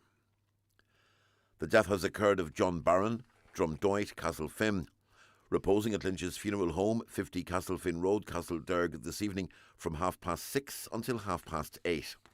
Funeral from the funeral home via Drumdoit tomorrow morning at 11:10 for Requiem Mass at 12 noon in St Columbus Church, Dunnyloop. Interment afterwards in the adjoining graveyard. The funeral home is private, please, tomorrow morning. The death has occurred of John Jack Stockton, Caromina, Donegal, formerly of Padiham, Lancashire, England. Jack's remains will arrive at the Muff border at approximately 4:30 this afternoon, reposing at the family home in Caromina from 6 o'clock until 10 o'clock this evening. House private, please, at all other times. The funeral cortege will depart the family home at 10:30 tomorrow morning for 11 o'clock Requiem Mass in St Columbus Church, Balnacray, followed by interment in the adjoining graveyard. The Requiem Mass can be viewed live on Eamon McLaughlin, Funeral Director's Facebook page. And the death has occurred of Packy Doherty, Sean, Buchan, Cooldaff. Packy's remains are reposing at the home of his brother Sean at Buchan. Funeral from there tomorrow afternoon at 1 o'clock for Requiem Mass at 1:30 in St Mary's Church, Buchan, followed by interment in the adjoining cemetery. The Requiem Mass can be viewed on cooldaffparish.com. Family time, please, from 9 o'clock tonight. Family flowers only, please. Donations in lieu if desired to the Patients Comfort Fund, Carndonagh Community Hospital, care of any family member or Eamon McLaughlin, Funeral Director. Highland Radio. There's even more reason to celebrate this season with up to 20% off Aldi's specially selected wines until December 21st. Try the delicious Italian Valpolicella Ripasso with a hint of dark chocolate and black cherries, now only $8.79. And get the party started with a sparkling Cremant de Loire, crisp and dry with lemon zest and pear, now only $12.79. If you love Christmas, you love Aldi Specially Selected. Get the Faxby Drinkaware, visit drinkaware.ie while stocks last. Welcome into the second hour of the 9 till noon show. Thanks for all your comments. I'll run through some of them now. We'll stick with energy. Why are we talking about erecting more wind farms when EirGrid are telling the existing ones to stop producing to the tune of 1 million per day while they still get paid? Is this a plan to keep the cost of electricity high, encourage more outside investors to come in and rip us off?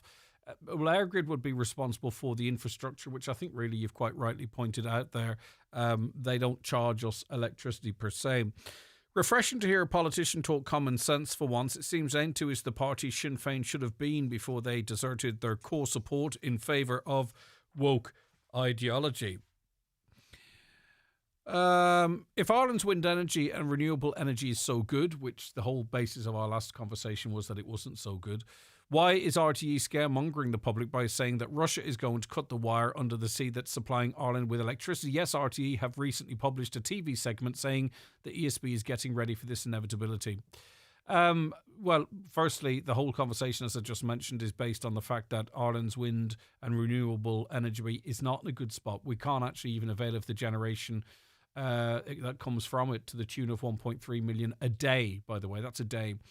Also, plans are afoot for another interconnector to Spain. Spain, of course, has a lot of renewable energy, and we're going to be taking and paying for some of that. So our independence, our energy independence is just not there. Michael White, the companies are paid to turn off the turbines in high winds. 8% of our electricity bills are these curtailment payments, which is millions every month. 16% of Ireland is peat bogs, and 60% of the turbines in Ireland are on peat bogs. It's not sustainable. Please stop insulting listeners with the untruths being perpetrated on the show today. Social media now. The government needs to learn who has the power in the relationship with business and start seizing assets. We hold most of their bank accounts and IPs. We seize that and suddenly they behave. But shocker, Fianna Fáil, Fine Gael don't use the opportunity. A caller says, I know young ones on Facebook and they put in the wrong date of birth, year, and it works. They're only young people. Yep, that of course happens all of the time, but the restrictions in Australia, you can't circumvent them that easily. Hi, Greg, can you ask your panel about the massive wages the Electric Ireland workers earn? Okay, well, your view on that is as important as the panel's. Let me see. On the issue of the US, refreshing to hear a politician talk common sense. I read that on one already. What about the right to speak out against transgenderism in this country without being criminalised? You can do so. You just have. And I don't think anyone's coming to your door. You're opposed to it. You're speaking against it. And you're free to do so. You've just done so. President Trump is not welcome in New York City. He shafted a lot of construction companies there. New York has a new Democrat socials mayor now. He beats all the billionaires and win, and he's an immigrant too. Another, the US is co-hosting the 2026 FIFA World Cup. Are they prepared for the backlash when millions of international football fans suddenly have to submit to a social media review to watch a game? This could be very detrimental to international businesses and tourism, or people intending to go over there start taking anything negative against US interests down from their social media. And maybe that's what it's all about. Purges don't save you. A US citizen was arrested for destroying evidence for purging his Instagram before going through an airport. That would be a very limited case, and there have to have been evidence there previously. I don't think they're actually going to go to the and seek a warrant to go to for individuals that are going there on holidays to go to get a warrant and seek sort of the history like that. But anyway, 5 years of your social media, that's not a security check, says a listener. That's a digital deep dive into your private life. Another, is this really about security, or is it a massive government phishing expedition that will lead to people self-censoring or deleting their accounts? Another, this is all about Israel and nothing else. Lots of you texting in on this. Social media, it's not at all difficult to moderate. You just need to stop being an incurious moron and learn how things work. Yes, but I mean, there are things that happen in the world, and you want to have a comment on them. And for some, that's their voice, right? Not everyone has a newspaper column, not everyone has a radio show. Social media is an opportunity for people to have their say, maybe to influence discourse, and arguably that's been taken away from them if they intend to go to America. So it's not insignificant either. A caller says the motivation is the Heritage Foundation want Europe destroyed. This is to align with the security strategy where they declared EU countries' coalition governments as illegitimate. In the US, how do they account for sarcasm, cultural context, or a simple inside joke? An algorithm doesn't understand irony. This is a policy that could easily deny entry to an innocent person based on a misinterpreted meme. Well, when you think about it, although they did have a little bit of a falling out, Donald Trump and Elon Musk would be really good friends. And is this why Elon Musk introduced the parody account? So in other words, that could be the only space where you could.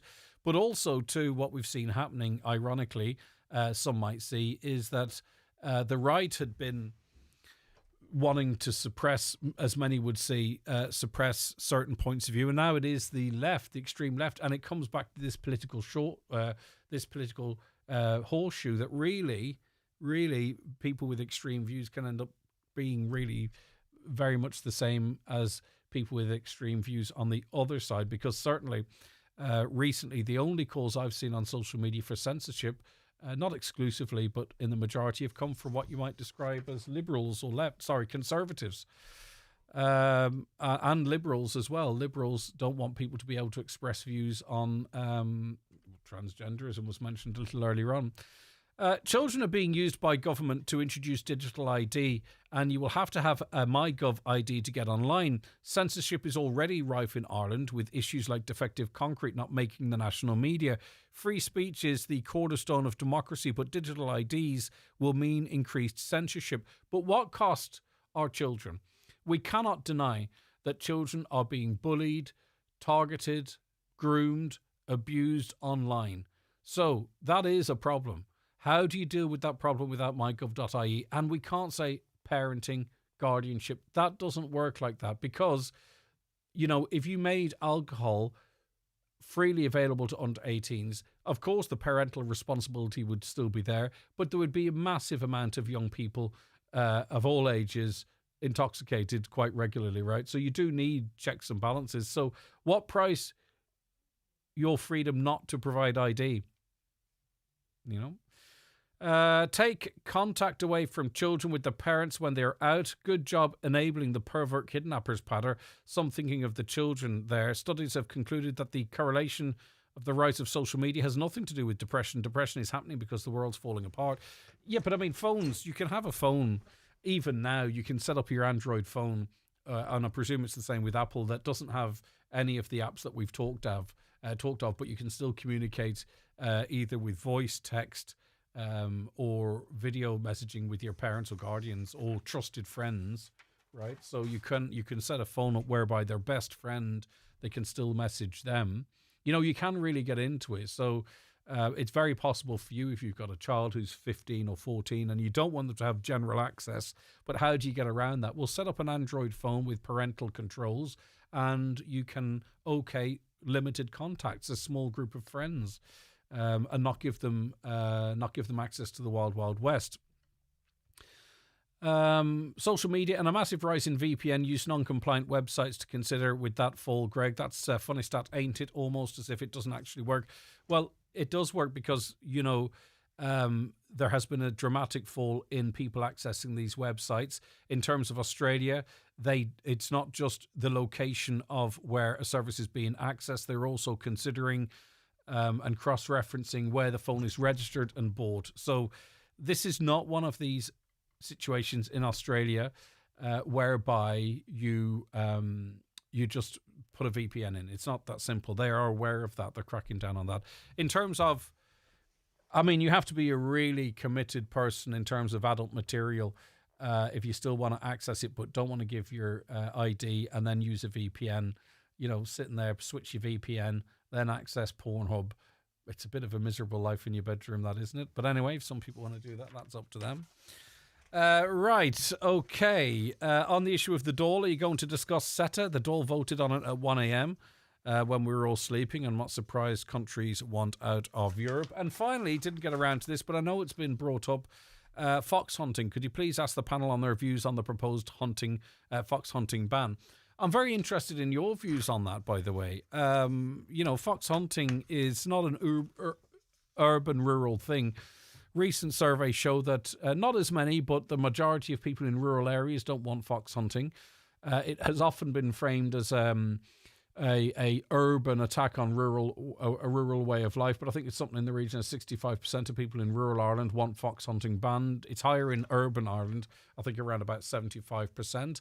And we still permit it. It's not permitted in many, many countries, but we still allow it. So I'll throw that out to you, the listener, the greatest panel of all. Any further views on what we've been talking about, and maybe you're for or against a ban on fox hunting? It's a conversation that comes round with regularity but never changes here, and that's why maybe I kind of was didn't really put my eye on it as much as I might, because when you've been sitting in this chair and others as long as I have, these conversations come and go. But I'm more than happy to talk about those things with you anytime. The county's #1 talk show, the 9 till noon show on Highland Radio. It's time for Vision Ireland Bingo on Highland Radio.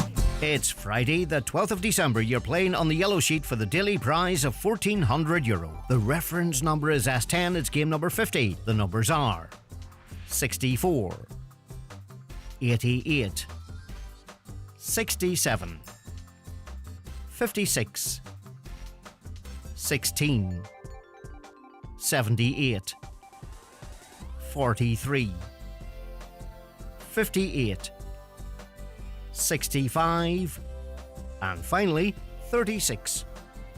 Phone your claim to 910-4833 before midnight, leaving your name, contact number and the name of the shop where you purchased your book, and we'll call you back the next working day. Get all your Vision Ireland bingo information at highlandradio.com. The 9 till noon show is brought to you by McGee's Chemist, Main Street, Letterkenny, with all your perfume and aftershave presents this Christmas delivered to your door, or order online and collect in store. Visit mcgees.ie. Introducing Flow for Men, my new fragrance collection of products created to keep you feeling fresh and looking sharp. The ideal gift for the man in your life. Find Flow in pharmacies nationwide or online at flowbybogue.com. Start every day with confidence. Make it a stylish Christmas at Meehan's of Rafoe. Lots of new arrivals, including men's polo shirts, quarter zips, chinos and shirts in sizes up to 5XL. Men's jeans from $39.99 and a new range of ladies' fleeces, hoodies, diesel leggings and jeans. Plus 20% off ladies' boots at Meehan's of Rafoe. Gift vouchers available. Hey mate, how's all in Oz? No crack here, just it's 2:30 in the morning. An early night these days. Look, I'm not partying, I just can't sleep. Tomorrow will be fun. Trouble sleeping, low mood, stress and feeling anxious can all be signs you should check in with your mental health. For support that can help, use the My Mental Health Plan tool at yourmentalhealth.ie. From the HSC. Have you booked your place on Highland Radio's Cavan Country Getaway at the Sleeve Russell Hotel, Monday 2nd to Thursday 5th of February? Enjoy dinner, bed and breakfast, plus live music from David James, Jimmy Buckley, Dominic Kerwin, Louise Morrissey, Sean Keane and many more. All for €495 per person sharing. Call us to book or visit highlandradio.com. Now, welcome back to the programme.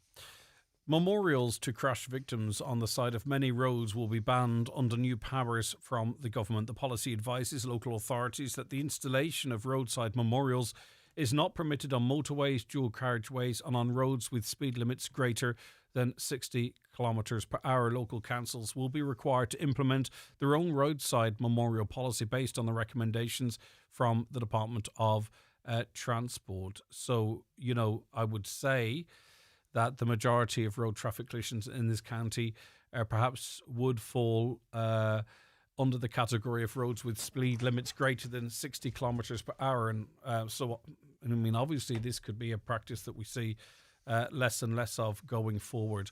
I'm joined by three guests, very sadly with personal experience of loss in this area on our roads to get their views, and I really appreciate their time. I'll start with you, Michelle McKenna, mother of Jimmy McKenna, who very sadly lost his life in a road traffic collision. My understanding is that you have chose not to or have yet to erect a memorial because it has to be at the right time, and we're all different and it's really, really subjective. But Michelle, thanks for speaking. Again, sorry for your awful loss. What's your feelings on this government move? Good morning, Greg. I actually wasn't aware, Greg, of it until Caroline contacted me this morning to talk about it. And then I done a wee quick search into it, and I got the policy up and I had a wee quick read of it. Now, at the start, I was saying to Caroline, I totally disagree with it. I think people's entitled to acknowledge their family member wherever they've been lost along the road. I know myself personally, I haven't done that. I have had conversations about it, but I just haven't decided to do that yet. For us as a family, it's only 18 months down the road, and suppose we are at the stage that we still find it just surreal that has happened to us. So we don't like to visit that area, and I'm lucky, I suppose, that I don't have to pass it on a daily basis. I was just thinking there, if I had to, I probably would make life even more tougher for me if I did. So I'm not at that stage yet, but I do know other parents very well in the Inishowen area that has erected those, and it's very important to them. They wanted to acknowledge the area that they lost their child, or any family member like that they've lost. But looking at the policy, Greg, I like the idea that the local authority are being kind of suggested to them that they could maybe set up a memorial garden and remember all those that have. So, like, say, for example, in Inishowen, that they would set up a memorial garden and everybody would have their own plaques there. And it would actually be a nice idea that you'd be able to just walk around, nice, peace, quiet, and whatever way they would have it, that we would remember everybody and you would see everybody, which would probably be quite alarming when you would see actually the amount of people that have lost their lives on our roads over the years. And of course that would have to be reliant on families wanting to be a part of that as well. But I suppose if the option was there, we could find out. But Michelle, it's up to each individual, isn't it? And really the truth is, with these rules, if they are implemented, I think the road in which your son sadly passed on is in excess of 60 kilometres per hour, so it would mean that you couldn't, if they were fully adopted, erect a memorial. Yeah, and it is a dangerous road because there's times and special occasions we would go down. Like, we don't go very often, but sometimes I send my mum or my sister to leave a bunch of flowers. And it is the twice I've been there. I've only been there twice. You have to be very careful. You have to pull into the footpath, put on your hazard warning lights, get out, be very careful. You're not opening your door with cars passing, and you have to really be mindful of where you're standing and the cars passing quite speedily. So yes, but the other thing that took on my mind this morning, I was just driving around, and was when I did pass a few. Every time I pass those memorials, I always bless myself and think about those people.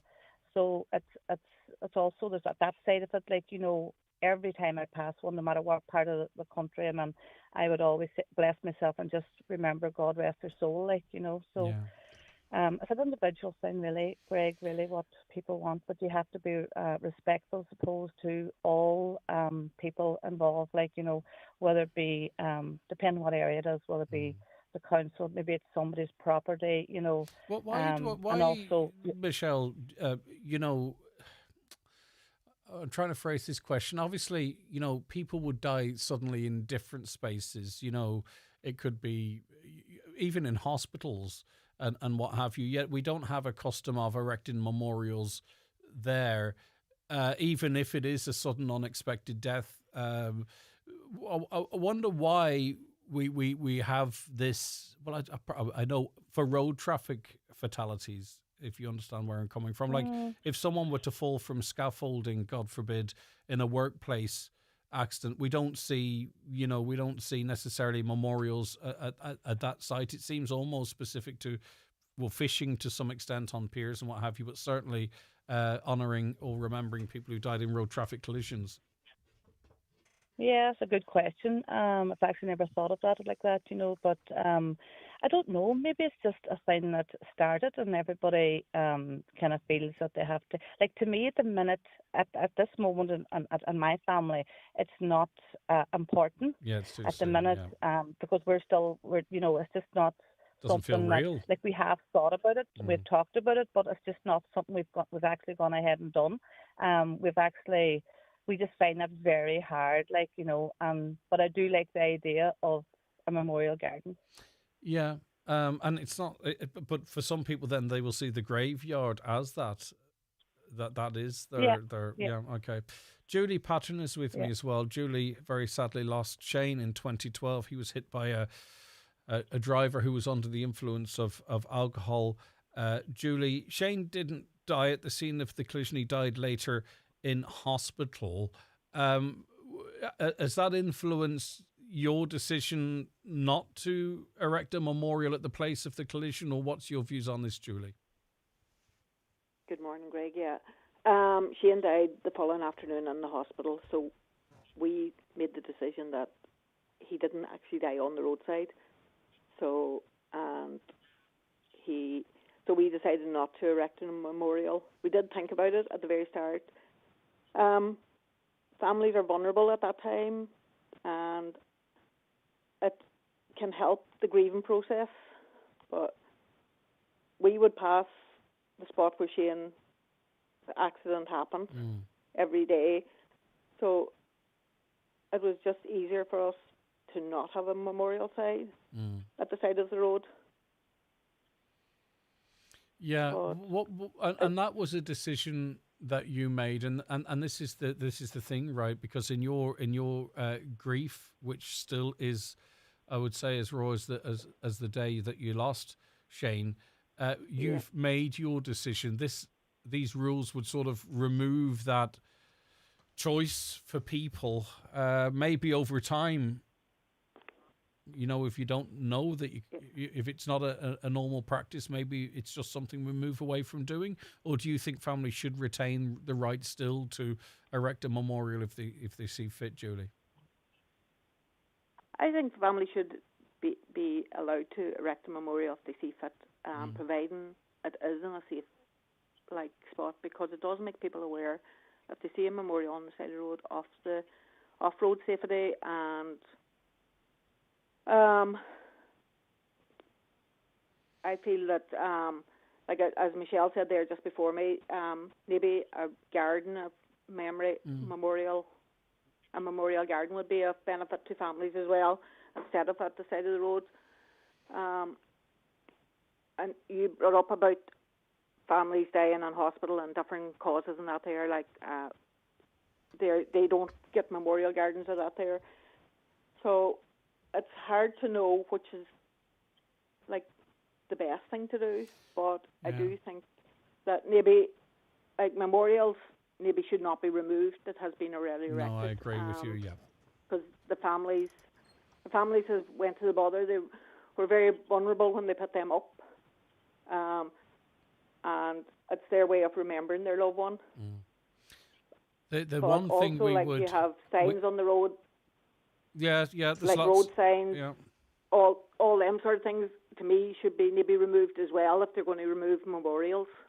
I think certainly from there's a couple of cases I would know of, and I'm trying to keep it incredibly general, but they would be in this region whereby there's been second road traffic collisions whilst family were visiting the original memorial as well, which is certainly something that no one would want. So we would have to be careful.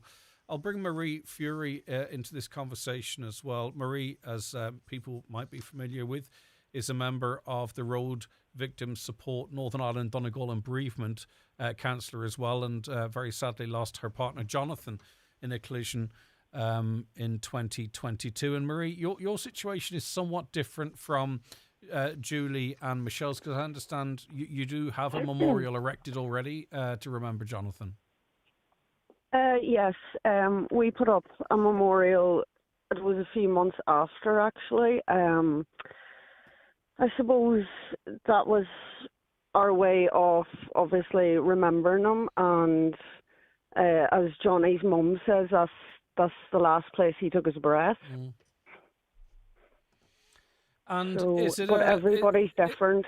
Is it a space, Marie, that the family visit often? Do you know, like one might a grave, for an example? Yeah, well, obviously for me, Johnny was from Monaghan, so I would have to travel an hour and a half to go to his grave. Yeah. So for me, if I'm having a bad day or if I need to go somewhere like that, I would go up to his crash site and even just drive past it. Like, I know his is on a road where we actually you pull into the grass verge, so you're off the road. Okay. And you can't see, like, we took in obviously road safety because you don't want anybody like being distracted or whatever, and like ours is in off the road, and you can't, it's not distracting, or you can't see it until you come up to it, if you get me. It's an interesting one, isn't it? Because this is a blanket decision, but we have three ladies here. Michelle, who says that they haven't decided yet what they might do. Julie, the family have decided that, Shane passed away in the hospital a little later on, and you, Marie, you factored into the fact at the time that you can erect this, and even though the road might be busy, you can get off the road and not be a threat to any other traffic. But I presume they're trying to get rules that sort of cover everybody, and that's the complication here, isn't it? And some people might be disappointed if they can't erect a memorial, and others might, Marie, be able to. Yeah. Well, I think it's important too, because as Julie said there as well, and that when you pass like a memorial, and Michelle said it too, that you bless yourself and you think, and like it makes people aware, and it makes other drivers aware as well of the dangers of the road, and your loved ones remembered. And I think it's when you put up a memorial, it's a raw expression of love and grief, and it's placed exactly like where everything changed.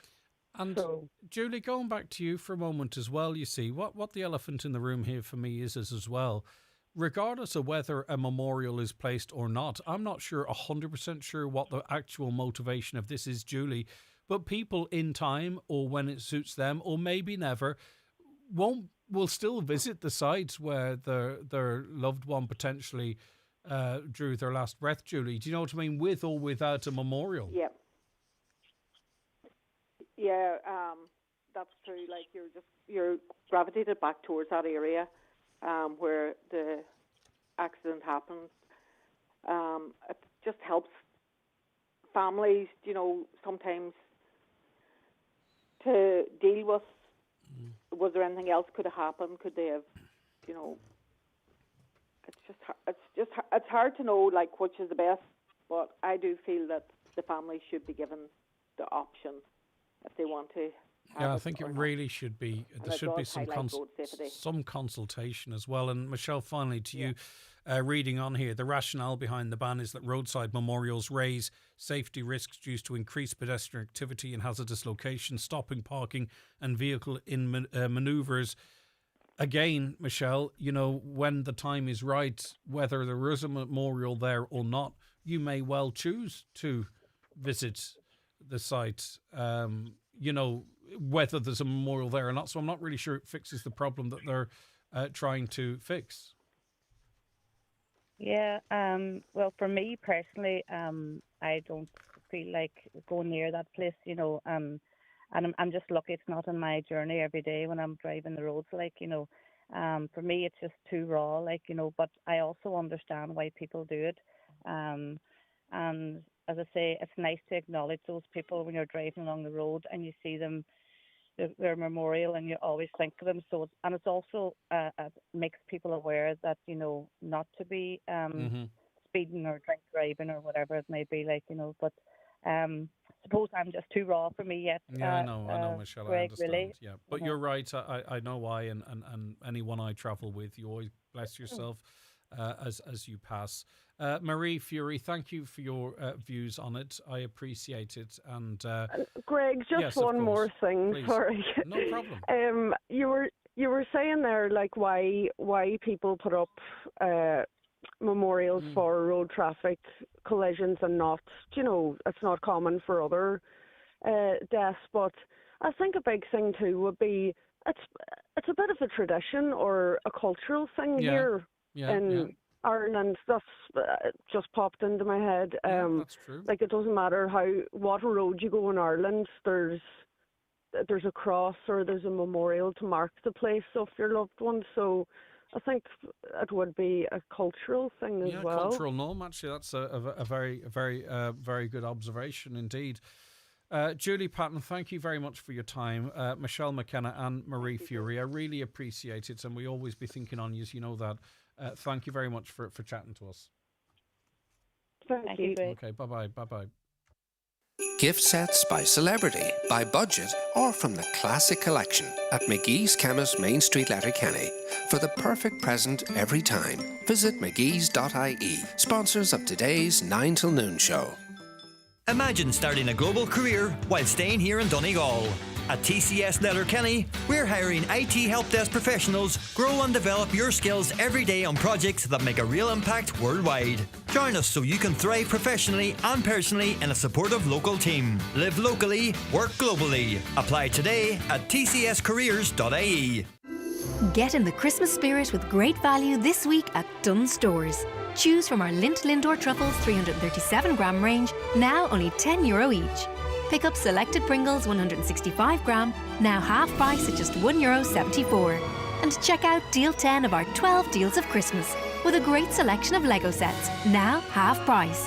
Plus, you can save more with your 10 off 50 voucher. Make Christmas for everyone at Dunnes Stores. Terms and conditions apply. Vouchers can be used on next grocery shop. Make a splash this new year with Aura Swim Academy Letterkenny. Book your child's swimming lessons now for January 2026 and you could win a family holiday worth €3,500. But hurry! Places are limited and the draw closes December 21st. Visit auraleisure.ie/swim. No purchase necessary to enter. Other T's and C's apply. The Goal Mile, supported by AIB, has been helping families around the world for over 40 years. This year, we are asking you to step up together with your community to continue one of Ireland's favourite Christmas traditions. Search AIB Goal Mile to see where you, your family and your friends can find your local Goal Mile event. AIB, for the life you're after. The White Handkerchief, a critically acclaimed stage production. Now, a brand new revival. Experience it at the Millennium Forum from Friday the 23rd of January until Sunday the 1st of February. We must remember. We must grieve. We must speak. millenniumforum.co.uk. For the perfect menswear gift this Christmas, Watson Menswear in Letterkenny are open every day to Christmas Eve, with late night shopping on Thursdays and Fridays until 8. Choose menswear from names like Superdry, Sixth Sense, Mishmash, Penguin and Tommy Bow. A great selection of fashion, formal wear, footwear and jackets, all at Watson Menswear on Main Street, Letterkenny, and online at watsonmenswear.com, where next day delivery is guaranteed right up to the 22nd.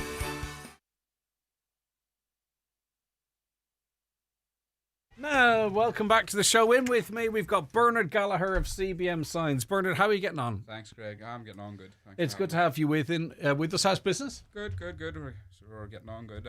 Flat out? We're busy all the time. What do you do down there? Obviously, CBM Signs, it's signs, right? All signs and number plates, big on the number plates, and vehicle graphics and shop fronts. Yeah. And you were involved in wrapping, weren't you? Did you wrap Tiny's car? Do you do that all the time, or was that? No, that's the kind of work we do all the time. We have a team there. We're doing that all the time. So all commercial vans and rally cars, do a lot of rally cars, motorsport. Yeah.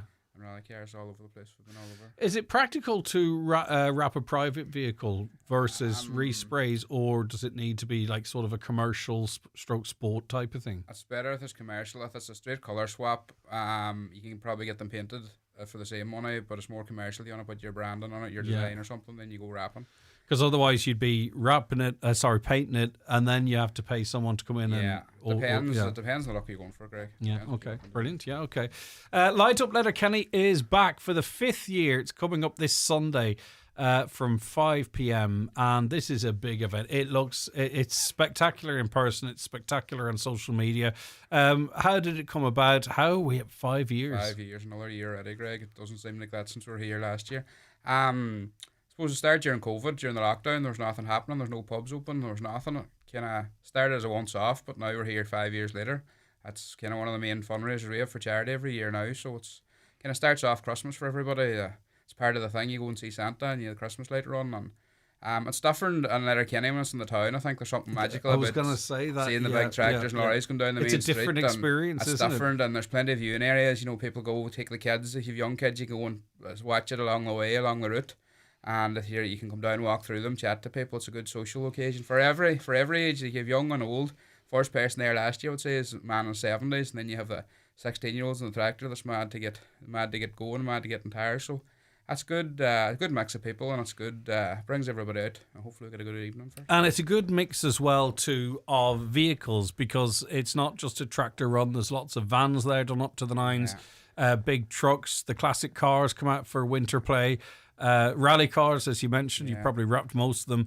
Motorbikes as well, so it's all vehicles, and it's a great opportunity, isn't it, for these lads and lassies to get the vehicles out and doll them up in the middle of December. Well, that's it. That's why we call it a Christmas light run. We don't say tractor run necessarily, because there's that many different types of vehicles, and the intention to start was that we would have more vans and commercial vehicles being in Letterkenny, but the first year the tractors landed, we're glad to see them, and as I say, it's great. I suppose you were speaking earlier about road victims and stuff, and the young people get a lot of bad press in Donegal, and suppose this is one of the good things they do. They come out and support it, and it's great to see them out in their pride in their cars and their tractors and different things like that. Yeah, and I think it's part of the Christmas calendar now in terms of bringing joy and stuff as well, but it also is a very important fundraiser.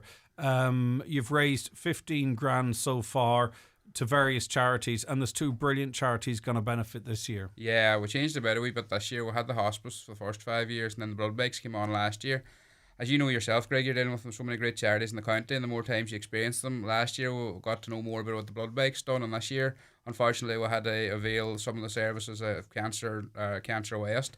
So they're all great charities. So we'll hopefully raise a few pounds from this year, and that's what it's all about, to be honest. Yep. Now, it is one of those events that, as I say, it's kind of locked itself into the calendar, and it's grown and grown in terms of participation, but also people spectating it as well. People love it for all the reasons we've talked about. Funny, last year we had to change the route slightly. We used to always pull in here at the mountain top the first couple of years and have a kind of regroup, and last year we couldn't. That many people up watching it. Between Cosgroves getting coffee, and the kids were all watching along the road, so we actually couldn't. We had to come back down again. So this year we're planning to do the same. We're just coming up here around the roundabout and coming back down again, and that gives everybody in the run too to see who else is in the run as well, because often when you're in these parades and different runs, you're in the middle and you don't see what's going on, you don't see who else is there. So what is the route this year then, so people can pick their spot? And just to remind you, it is on Sunday and it starts at 5 p.m. from where and to where? Well, it starts at 5 o'clock. We want to get all the vehicles on early at 5 o'clock. We'll hopefully get the run, the guards, Sergeant Walsh there, and the kind of guards is always very good to us, so we should start at about 6, depending on traffic. Brilliant. The run will start. So we'll leave CBM signs there in the Port Road, turn left, up by Tobin's, Donegal Oil, which is another 2 great places to watch it. And then we'll go up the Port Road and down the main street. Something great about passing the old courthouse there in the main street, some lovely photos. And then we'll go down round by the Station House Hotel and around Pierce Road by McDonald's, out the Blinny Road and around the Polestar. We'll come across then the front of the Mount Errigal, and we'll go up the Business Park Road then up towards the mountain top here. So we'll go round the roundabout this year and come back down past the hospital. That was one of the things the first year we done it. All the people stuck in hospital, at least they can come out and if they want to look at it. That's a wee bit of Christmas cheer for them when they're in their hospital. And we've had a nephew born there last week, so it's special. He's in there at the minute, so it is. So him and his mammy Megan will be there watching, I'm sure. So it's a wee bit special this year seeing it, and we'll come back down to CBM signs and. Brilliant. It's a great route. It's a great route, and it's a simple event. I mean, obviously you can't go anywhere, but it catches the whole town, really, either on the route or just coming into the route. Yeah, it was good viewing areas, front of Mount Errigal on the mountain top, as I said, and stuff, and there's good places. If you have younger kids, you can come in. A lot of them have been, that's why we brought it forward, kind of 6 o'clock, because you're in shopping, I know the Christmas shopping, on a Sunday, so they can come in and they can get something to eat or get a bag of sweets and enjoy it, a cup of coffee. And Yeah, watch it go fantastic past stuff. and Right, so in terms of taking part, so as I say, if you've got anything that's obviously roadworthy and covered in terms of tax and insurance and all that driver's type of license stuff, would be driver's license very would be important. very important indeed as well, for obvious reasons. Yeah. There's a bit of scrutiny of these things for good reason, and obviously the organisers don't want any hassle. But we're talking tractors, vans, trucks, classic cars, rally cars and motorbikes. They in themselves are a fantastic spectacle, but do we see them Christmassy? Oh, they're all lights, yeah. They're coming with some people put great effort on all kinds of different lights and different vehicles, vans and stuff, and some of the tractors, the wheels and stuff. The LED lights, it's great now, battery lights, you'll get the battery lights Isn't anywhere. that it? Yeah. And town, like John Watson down there is doing a special offer on Watson Hire and battery lights that you mentioned they're on, and different places, Cooney's there's so many shops around Letterkenny, you can get stuff. They don't need, the best thing about the Christmas light run is they don't necessarily need to be as clean as runs during the summer, so, you know, Exactly, the dark hides a lot of nice, sore points, so you can get them, you know, don't be worrying about them sparkling, get in and have a bit of crack. And as I say, it's all about meeting and it's all about seeing people. Good catch up, people coming back from Australia to see it. There's people coming from Mayo up this weekend to see it. You know, it's part of the calendar now. It's like the Christmas lights switch on, and now the Christmas lights become part of the stable, part of one of the events at Christmas. You mentioned some great businesses there. I heard Cooney's advertised with us here at Highland, and I went down, and there's an upstairs there which I didn't realise, and it's Christmas in itself. Well worth a visit. I have to say as well. It's on a good show now. I just hadn't been in there before, and I thought, wow, there's literally everything here, from massive neons to, you know, massive trees to small stuff, and wouldn't rob you either, which is good. Right, okay, so just to be sure, all cars, all vehicles need to be roadworthy, and the drivers must have the license relevant to the vehicle that they. And that might sound boring, but it's all for the right reasons. To make sure it all passes off nice and safe. It's €20 to enter, and that's all goes to charity. That's it. Okay. And if they could have the €20 ready, it'd be great for us to organise. Don't land with your card and say, "Oh, you don't." Come on, 20 quid cash. Go to the bank on Friday. Exactly. If they run out of change, we'll just keep the 50. And you know what? If it's a 50, you don't have to break it. You can just leave that behind you. Yeah, you can too. Some of these boys have so much money. They some do. of the 150 grand tractors. Come on, but that's why they're poor. That's why the farmers poor. Then Greg used to have all the money spent on the machinery. So no, we're ready to see everybody again this year. Of course. And is the majority of the fundraising through the vehicle participation, or are the buckets as well? Just bucket. Well, there's bucket collections in the way. It's like everything help. Usually it's the vehicles, but there'll be bucket collectors around the area as well. If you want to pop on and give a donation, you're more than welcome. So there'll be collectors there in High Vis, and you can see any of them. Good stuff. We'll take all donations. And I will say too, if you don't mind, because I know it's true, you talked about working with Garda Sergeant Una Walsh and other Gardaí. It's done on a Sunday evening, and it's designed in a way to keep any disruption down to an absolute minimum, and actually to bring people into Letterkenny, not to. Well, it's a mixture of both. A wee bit of noise, and a wee bit of lights. It's done enough safe. And, but the point is manageable that helps Letterkenny. It doesn't take away from it. It's at a very good time, and as you say, people will come in and they'll spend a few bob as well, which is great. Okay, so you just land at CBM Signs from at 5 o'clock. Yeah, from 5. And then you're in it then once you hand it over. But a social thing before it starts. People mixing and seeing each other. Flexing. Yeah, well, that's that too. What are you driving anything? The last couple of years I didn't. I might drive this year. We're usually organised. I'll probably have a tractor. I'll say tractor or a van here. We haven't really organised yet. We'll wing it. You always seem to get there. We'll always get there. We'll always get there. So brilliant. Listen, it's a fantastic initiative. Well done. Thanks so much for calling in. And get out and enjoy. It's this Sunday, and it's the 5th incarnation of this event that's going from strength to strength. Charities benefiting this year are Blood Bikes Northwest. These guys and girls, I say guys, they do amazing stuff, transporting blood around, and breast milk as well for babies. Medical devices and medical so much devices. They do so much other stuff than blood. It's not until you and they use all, the service. They all kind of interact with each other. So you could have, say for instance, you could have breast milk coming from one hospital. I'm just using that as an example because we always talk about the blood, but it could be the blood or whatever it is, or you know, you'll have one person heading from one part and another to the other. They meet and then they get it back up, and these are all doing it. You know, volunteers. You know, they're volunteering and what have you. It's astonishing what they do. And the reason why it's great to see Blood Bikes Northwest getting another mention again, it's one of those charities that unless we talk about it, you only know about it when you've needed them. Yeah, exactly. And we know the fantastic work that Cancer Care West does in Letterkenny. Anyone who's accessed those services will know exactly what we're talking about there. So no excuses now, folks. Get your tractor out, get your vans, trucks, classic cars, rallies, your motorbikes, your road legal quads, whatever it might be, but everything has to be road legal, of course, in terms of its roadworthiness, tax, insurance, and your license. But I think, I did say that you've got great cooperation from the Gardaí and the businesses as well. If you're going to enter it, it's at 5. If you want to watch it, it's from 6. Do you have up on your Facebook page a rough guesstimate, or we'll probably do a few photos and a few Facebook lives. Jimmy Stafford's joining us as he does every year, so Jimmy will be Facebook Live. What does he do? Well, sure, Jimmy's Master Facebook. Sure, he's Facebook Live all the time. Sure, he's keeping everybody up to date. So he's great to have about. So an enthusiasm. So Jimmy's joining us. So I'm sure if anybody follows Jimmy and them, he'll be keeping everybody up to date. Brilliant. Okay, and you know what? There'll be pictures all over the place as well too. But yeah, Jimmy does great work.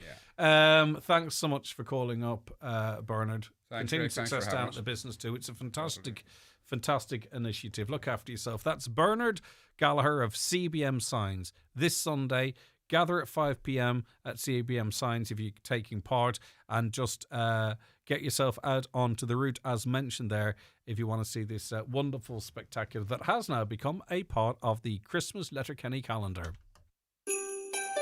Chanel, Flowerbomb, Lancôme, Giorgio Armani, Paco Rabanne. Where else but at McGee's Chemist, Letterkenny, this Christmas. Sponsors of today's 9 till noon show. It's not just that his world has been torn apart. It's not just that he is hungry and alone.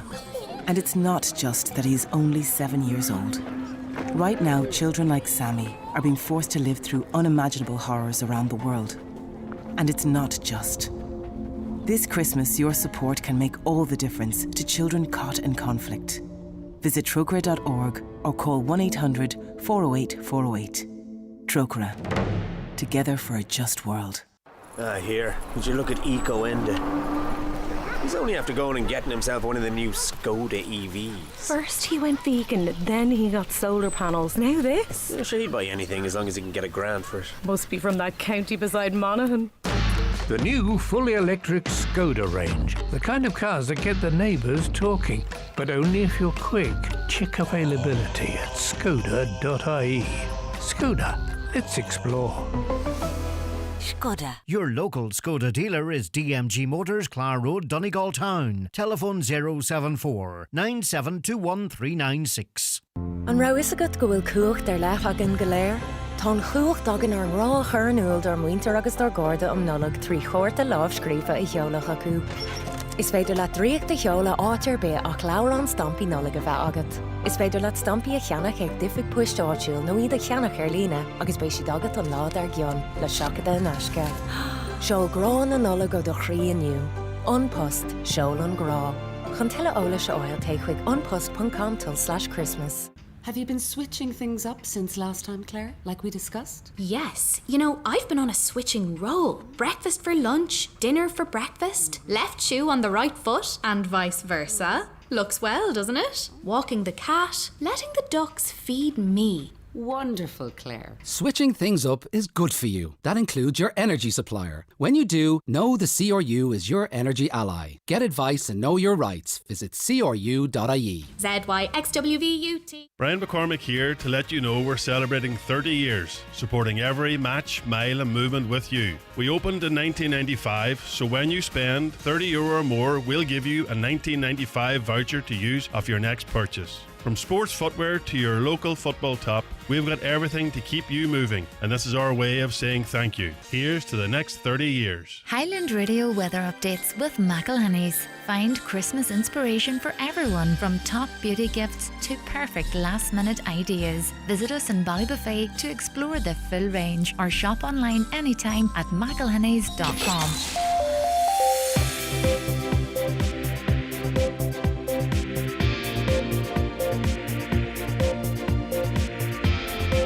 The 9 till noon show with McGee's Chemist, Main Street, Letterkenny.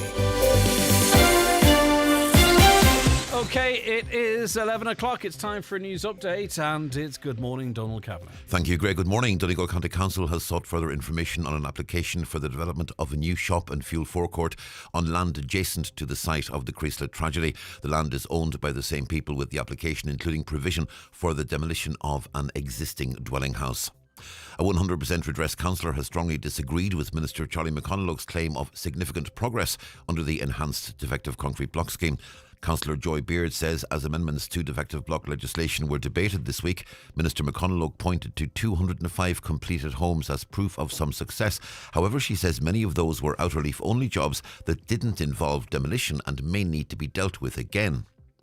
Concerns are being raised that we could be facing the worst flu season seen in years. Last evening, the HSE urged anyone with flu-like symptoms not to visit Letterkenny University Hospital, as there were 18 patients with flu being treated there, along with a particularly high number of older people and children attending the emergency department with symptoms. The future of Nazareth House Primary School in Derry has again been raised in the Stormont Assembly, with Foyle MLA Pádraig Delargy saying successive DUP ministers have failed the school. It closed earlier this month because of the danger posed by structural damage to the roof, the risk of which Mr Delargy says was flagged over 8 years ago. He's urging the Education Minister Paul Givan to visit the school and work on providing an immediate solution. And 3 homes in counties Kildare and Offaly were searched by Gardaí this morning as part of their ongoing investigation into the deaths of 4-year-old Tadhg Farrell and his grandaunt 60-year-old Mary Holt. The two died after a fire was started at a house in the Castleview Park estate in Edenderry on Saturday night. Tadhg's funeral will take place at midday. Mary's takes place tomorrow. And we're back with news headlines again at 12 noon. Donald, thank you very much. We'll be back with more after the break.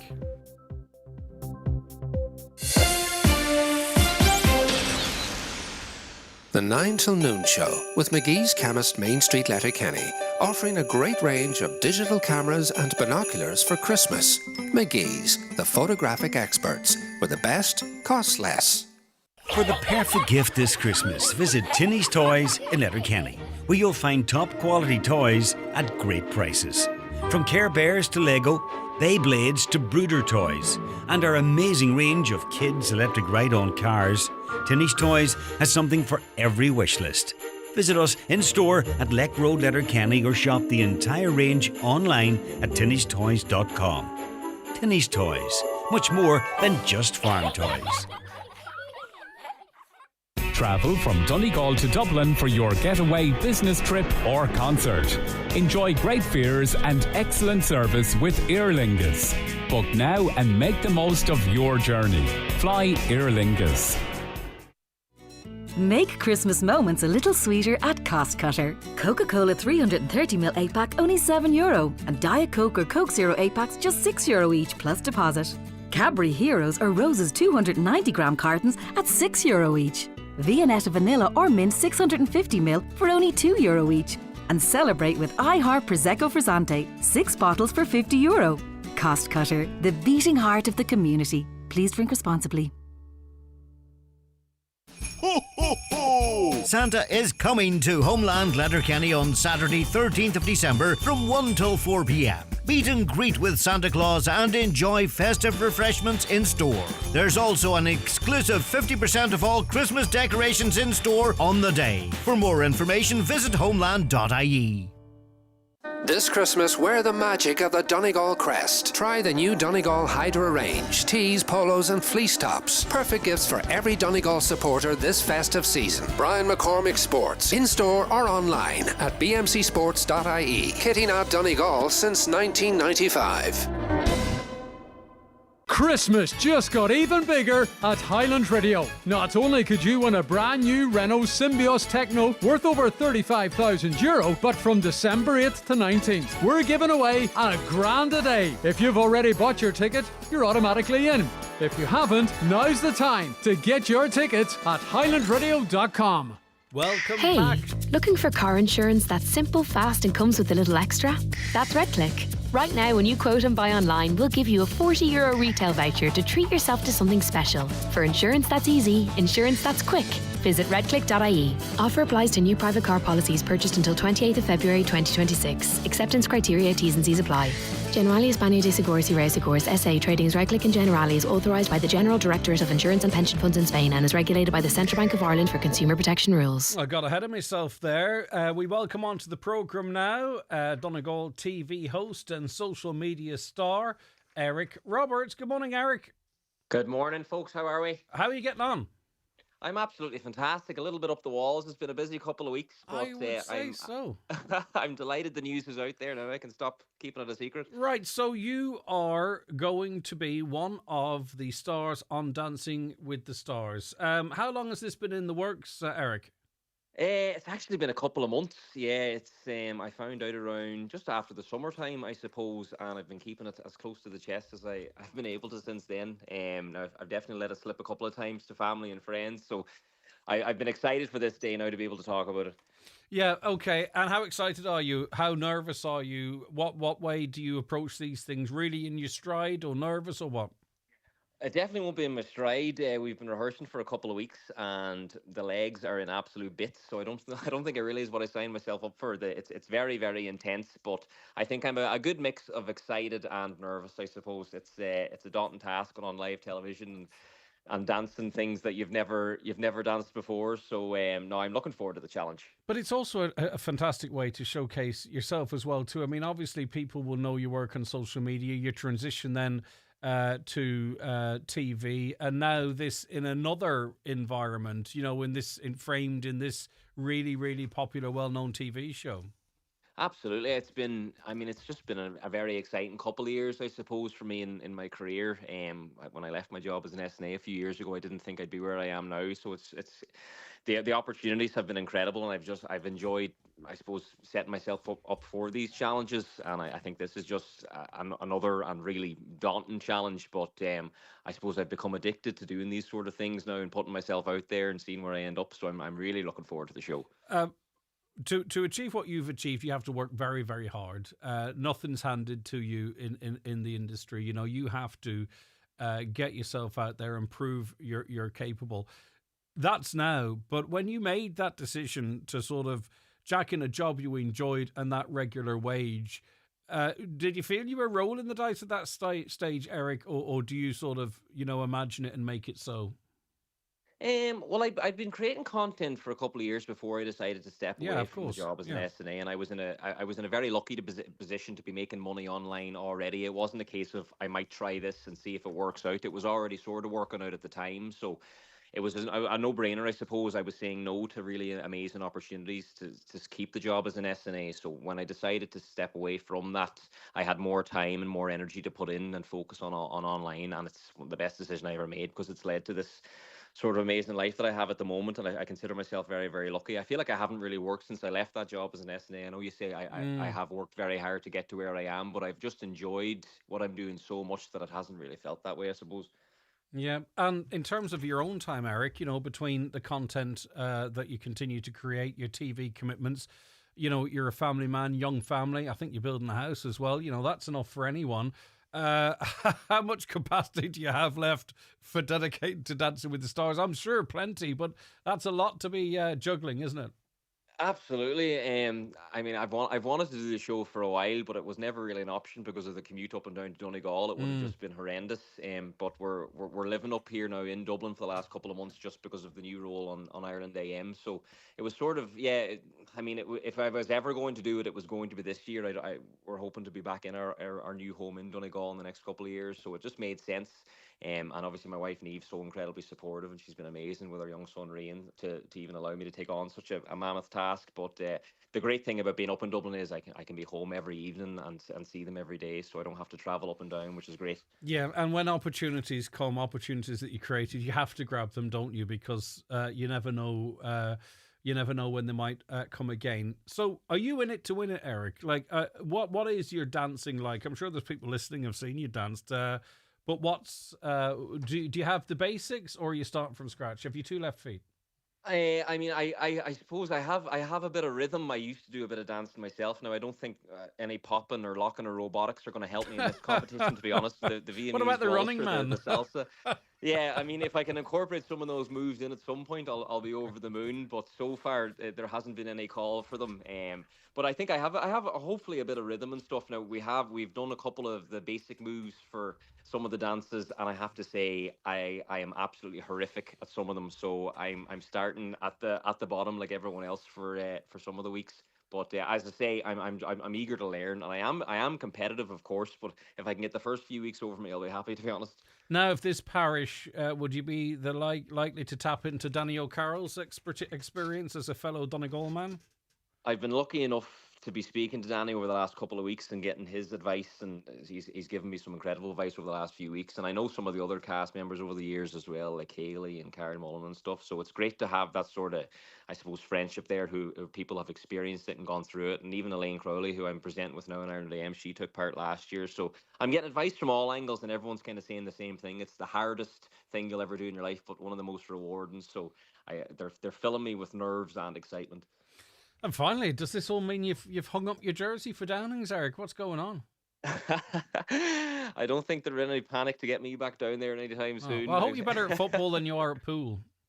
Well, listen, I hope I'm better at dancing than I was there in the last couple of years playing. But listen, never say never. Coming into championship next summer, I'll be there if they need me. See what the crack is. Listen, we look for. It's always great to have a local interest. I mean, these shows are immensely popular, but they become extra popular then too when you have that local interest as well. Eric, listen, fantastic to see you doing so well in all elements of your career and life. It really is great, and this is just another wonderful opportunity that you've created for yourself. The very best of luck, and we look forward to watching on. Appreciate that, guys. Thanks for having me on. Take it easy. Look after yourself. Eric Roberts there, who is also now going to be part of Dancing with the Stars. Is it called Dancing with the Stars up here in Ireland? Is it not? I thought it had a different name, but anyway, that's what's written in front of me. Before we move on, just to give you a reminder that we have our big Christmas cash and car draw ongoing here on Highland Radio. We've given away €5,000 already. We had John on from Quigley's Point this morning, driving his bus into Derry, and he was a lovely lad, lovely man, and a worthy winner. And all of our guests, and I think we actually had another lady there just in the last 10 minutes, was in collecting a cheque. So check out a picture of that lady and Canis Wilson on our socials soon. So we've already made 5 people thousandaires if they weren't already. We've got another $5,000 to give away next week. So if you like good odds and you like good odds in terms of the amount of draws, then now's your time. You can get your tickets now. If it's payday, maybe it suits you, but obviously listen, only if you can afford it and can have a bit of fun with your hard-earned cash. Tickets are €15, and I haven't even mentioned the top prize, which is a brand new 261 Renault Symbioz worth over €35,000. It's got all the tech you would want, all the driving assistance. It's got your wireless charging, your Apple Play, CarPlay integration, a big screen. Everything that you would want is in this car. It's a beautiful family vehicle, and it could be yours, worth over €35,000. So that's what's up for grabs. $5,000. 1, 2, 3, 4, Monday, Tuesday, Wednesday, Thursday, Friday, and then the car worth €35,000 plus. So maybe you've been waiting until you had a few bob. Now's the time to get your tickets if you can do so well within your means. You can go onto our website, highlandradio.com, and that means you're in all the draws from Monday, highlandradio.com, or give us a call here at the radio station, 07491 25,000, and we will go through the process with you. And you can also call in if cash is your king. You can call in to us here at the Mountaintop in Letterkenny and we can process it. Just to remind you, you don't have to answer your calls. We had a lovely chat with John this morning, but that fella, he'd won €1,000 whether he answered the phone or not. It's always lovely if you can get a chat, but you don't have to come on the radio. You don't have to answer your phone, but we love to have a chat with you. So if you're in retail, a teacher, or heading away next week, don't worry. If your ticket comes out, you're a winner. And all of our 5 cash winners so far, they are in the draw drum. And, you know, one of these days, we could get a double-double. Who's to say? Right, highlandradio.com, perfectly safe and secure, but you might prefer to speak to one of us, 07491 25,000. Get your tickets now. You're in 6 draws, 5 for $1,000, 1 for a 35,000 car. What else would you be at? Rightio, let us take a break. I'm going to be joined by our next guest, the director, in fact, of Horseshoe, which is a production which is going to be available for you to see in cinemas very soon. So that's coming up after these messages. The county's #1 talk show, The 9 till Noon Show on Highland Radio. Nights with friends, Centra Bite, tiny vol au vents. Festive drinks, cheesy Bordeaux, and that gift that you forgot. Yule log cakes, cookies, milk, Santa's on his way. For all you need this season, Centra's never far away. Centra, live every day. Get winter ready at Ben Sweeney Euronics with a selection of Calor gas refills, along with gas hoses and regulators to keep your appliances running smoothly. If you're upgrading your appliances, there's a great range of gas cookers and hobs available with up to €60 of free Calor gas included. Call into Ben Sweeney Euronics, Port Road, Letterkenny, or in the shopping centre Dunlow, where value and convenience come together. TFI Local Link operates evening and weekend services throughout rural Ireland to help you stay connected 7 days a week. We know life doesn't just happen 9 to 5, so if you're commuting, shopping, visiting family, or going out in the evenings or on the weekends, let TFI Local Link take you there. Visit transportforireland.ie. It's not Christmas without fighting over tangled lights and making up while putting the star on top. Without hearing about fairy tales in New York, hearing there's one for everyone in the audience, or hearing Dad say, that's it for another year. It's not Christmas without him, or her, or them. Without cracking open the good biscuits, the tin of Jacobs that's supposed to be kept for the visitors, but is best shared with those you love. Jacobs, at the heart of every Irish Christmas. McCullough Jewellers in Letterkenny are synonymous with fine jewellery, quality watches and giftware, with stores at Main Street, Letterkenny and the Letterkenny Shopping Centre, or online at ormccullough.com. You can choose from their quality product range in a relaxed atmosphere, and their sales staff will be happy to help you make the right choice, whatever the occasion. McCullough Jewellers, making moments magical for generations. In the big winter suit sale at Watson Menswear, there's a large selection of suits at half price, including a selection at just €99. With minimum reductions of 20%, it's a great opportunity to get suited for an upcoming wedding, prom or big Christmas event. At Watson Menswear, Main Street, Letterkenny. Highland Radio Time Checks brought to you by EirGrid, the operator and developer of Ireland's electricity grid. EirGrid, powering up communities, powering up Ireland. The time is... The time now is 17 minutes past 11. I'm really pleased to welcome onto the programme Edwin Mullane, who's director of Horseshoe. It is a feature which is going to be available for you and is available for you in cinemas in Bundoran and Letterkenny. So two ends of the counties sorted there. Edwin, good morning to you. Thanks so much for joining us. Good morning, my pleasure. And congratulations. What's it like, being able to talk about a finished product that you've put so much of yourself into that's now available, for public consumption? I mean, you probably can pinpoint the point whereby you and Adam said, right, okay, we can do this here now, and here we are. It must be. Is it surreal, or is it fantastic, or is it a nightmare? What is it? It's definitely surreal and fantastic. I mean, this is 2 years' work, and now we're getting to showcase it in cinemas across the country. It's an independent film made outside the system. A lot of love, a lot of friendship, a lot of help in the community that got this film over the line. And now to be able to showcase it in our local area, in Bundoran at Eclipse Cinema, and also in Letterkenny, another brilliant independent cinema there in Century as well. It's lovely because the people that helped us are getting to see it locally. And look, it's a very Irish film as well. It's about a family coming together, so it's perfect at Christmas that people are feeling a little bit heart. And I think we'll all relate. I haven't seen it, but looking at the description, Edwin, it looks like we'll all relate to it, if not certainly in its entirety, in parts, because it is something we're familiar with. So run us through the plot. Yeah, so it's about a family, 4 adult siblings, coming home to settle a will. And they haven't spoken to each other in a while. But I suppose the added twist in this, that the father has given them 24 hours to come together and make a decision. Otherwise, his estate will go to the government. So they're under pressure and they have to come back and settle their differences.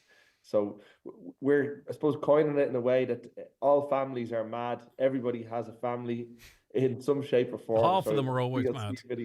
Yeah. And you know what? You can be in the mad half and think it's the other half that's mad. That's the thing Absolutely. about it. I mean, look at my own family. I'd certainly I could attune to that. Yeah. But we're getting great reaction. Like, people are laughing, people are crying, people are seeing themselves. We had a phenomenal opening night. Before it went live around the country, we felt really strongly we wanted to do something in our community. So alongside Eclipse Bundoran, we had over 200 people see the film in our community in Bundoran. Yeah, it was a great night. And that reaction there that night, there was people laughing, crying, ringing their parents to tell them they loved them. I think there's something uniquely Irish in the story. There is, but the setup is perfect for however you want to take the story, isn't it? Because presumably if the siblings haven't seen each other for a while, you don't always have to see your siblings to be very close to them, and you can see them all the time and not be so close. So those sort of relationships there, you can test that a little bit. Obviously the passing of the father is recent, isn't it? Or relatively recent, so you get to tease that out. And of course, to how siblings speak to each other, it can be really funny, it can be really cutting, it can be all manner of things, it can be every range of emotions. You've got all of that to work with. Absolutely, yeah. I mean, we also had amazing actors and have amazing actors in our cast that brought all that nuance there, So I had worked a lot in the theatre and in my short films, and Adam had worked with the cast, John Connors, Mary Murray, Carolyn Bracken, Lawler Roddy, the amazing Lawler Roddy, Jed Murray. So we'd worked with them numerous times. So when it came on set about, behaving like a family and all those little quirks, they brought it naturally to that playing, So we're delighted that, I suppose, people are seeing nearly the gags and the little, I suppose, extra detail in not necessarily what they're saying, but how they're reacting inflections, to each other. Expressions. Yeah, I know what you're saying. And it's tapping into some subconscious real relationship there as well, which feeds into how we react. Where it was shot then, across the Northwest, effectively. Yeah, so I live in Cliffney in County Sligo, just a few minutes from Bundoran there. And when I suppose my family are from here, I've spent all my holidays since I was a child here. And then when I moved here a couple of years ago, it's just the amazing scenery. It was just so inspiring. If you have a low budget, you want to get the most out of every shot. And when you have Ben Bulbin in the background, or Mullaghmore, or these incredible vistas everywhere, you want to get them on screen. So we were inspired by that. We had a small window to shoot in January 2024, and we were lucky. The weather somewhat played ball with us. We had a few storms and a few power outages to get over the line, but the community got behind us, and we managed to struggle through. But so very much the Northwest is in so much of the film. And when we show the film internationally, the film has got accolades on the international circuit with the festivals. It's going to go on theatrical release in North America, actually in March as well. But people are reacting to the scenery, and they're just saying, like, where is that? I want to go on my holidays. Yeah, it's a big advertising. It's almost like a tourism video as well. But you see, you will approach this as a filmmaker from a different perspective, maybe. But anyway, this is my take. When you've got good people in a project like yourself and Adam, you're going to do the best what you can with a smaller budget. But I find some of the better films are labelled as lower budget films or films, and I think what happens is that it has to be better source material. Now, Shaw can do 25. I'm not talking about that, right? But I want about these types of films. So it has to be a really good story, right? You have to get actors who believe in the project as well. And you have to have people like yourself who really believe in the project. So the story, the scenery, the stuff that is in your control has to be really, really good, because you're not blowing up cars and relying on CGI and stuff.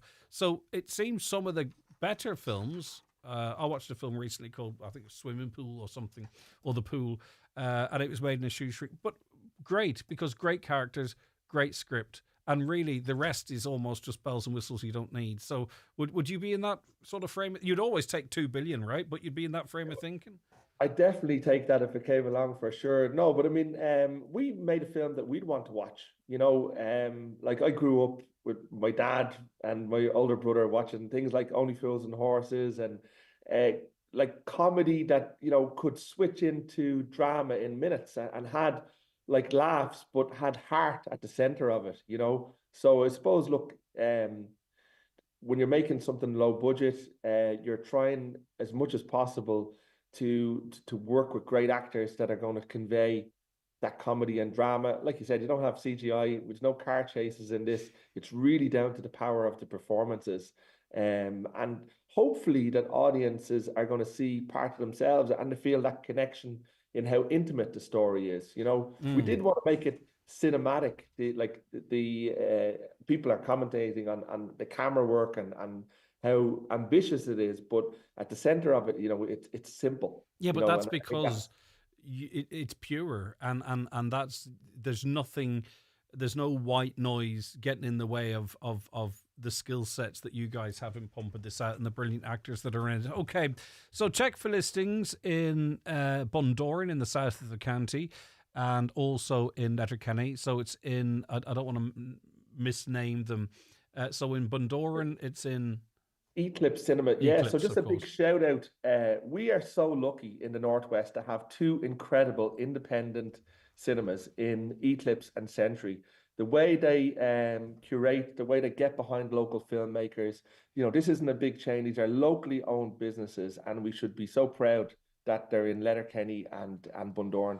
You can see the film twice daily in Eclipse Bundoran, and it's at 6 p.m. every night at Century in Letterkenny as well. And we really encourage, come out with your community, with your family, with your friends, and enjoy going to the cinema. You know, it's totally different than watching a film at home on a TV or on a tablet. Well, you made it for the cinema primarily, isn't that what you do? Absolutely, yeah. And look, it's about a film, it's about people coming together. So we want people to come together in the cinema and enjoy a night out as well. Brilliant. I mean, obviously it's already, because in terms of budget, you don't have necessarily a massive marketing budget. So what's happening now is organic and based on people seeing it and buying into it as well. So it's exciting to see where it goes. You don't know yet. That's also part of the excitement of the journey. But to be getting theatrical releases in North America, that doesn't happen by accident either.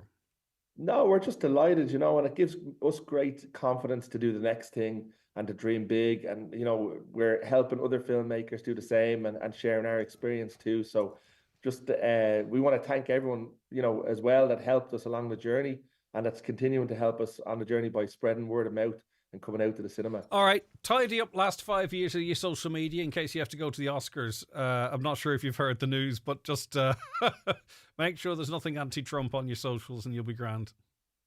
For sure. Look, thank you so much for chatting with us. All right, good luck to you, Edwin. Fair play to you. Thanks so much. Edwin Mullane there, director of Horseshoe, who it's his debut feature.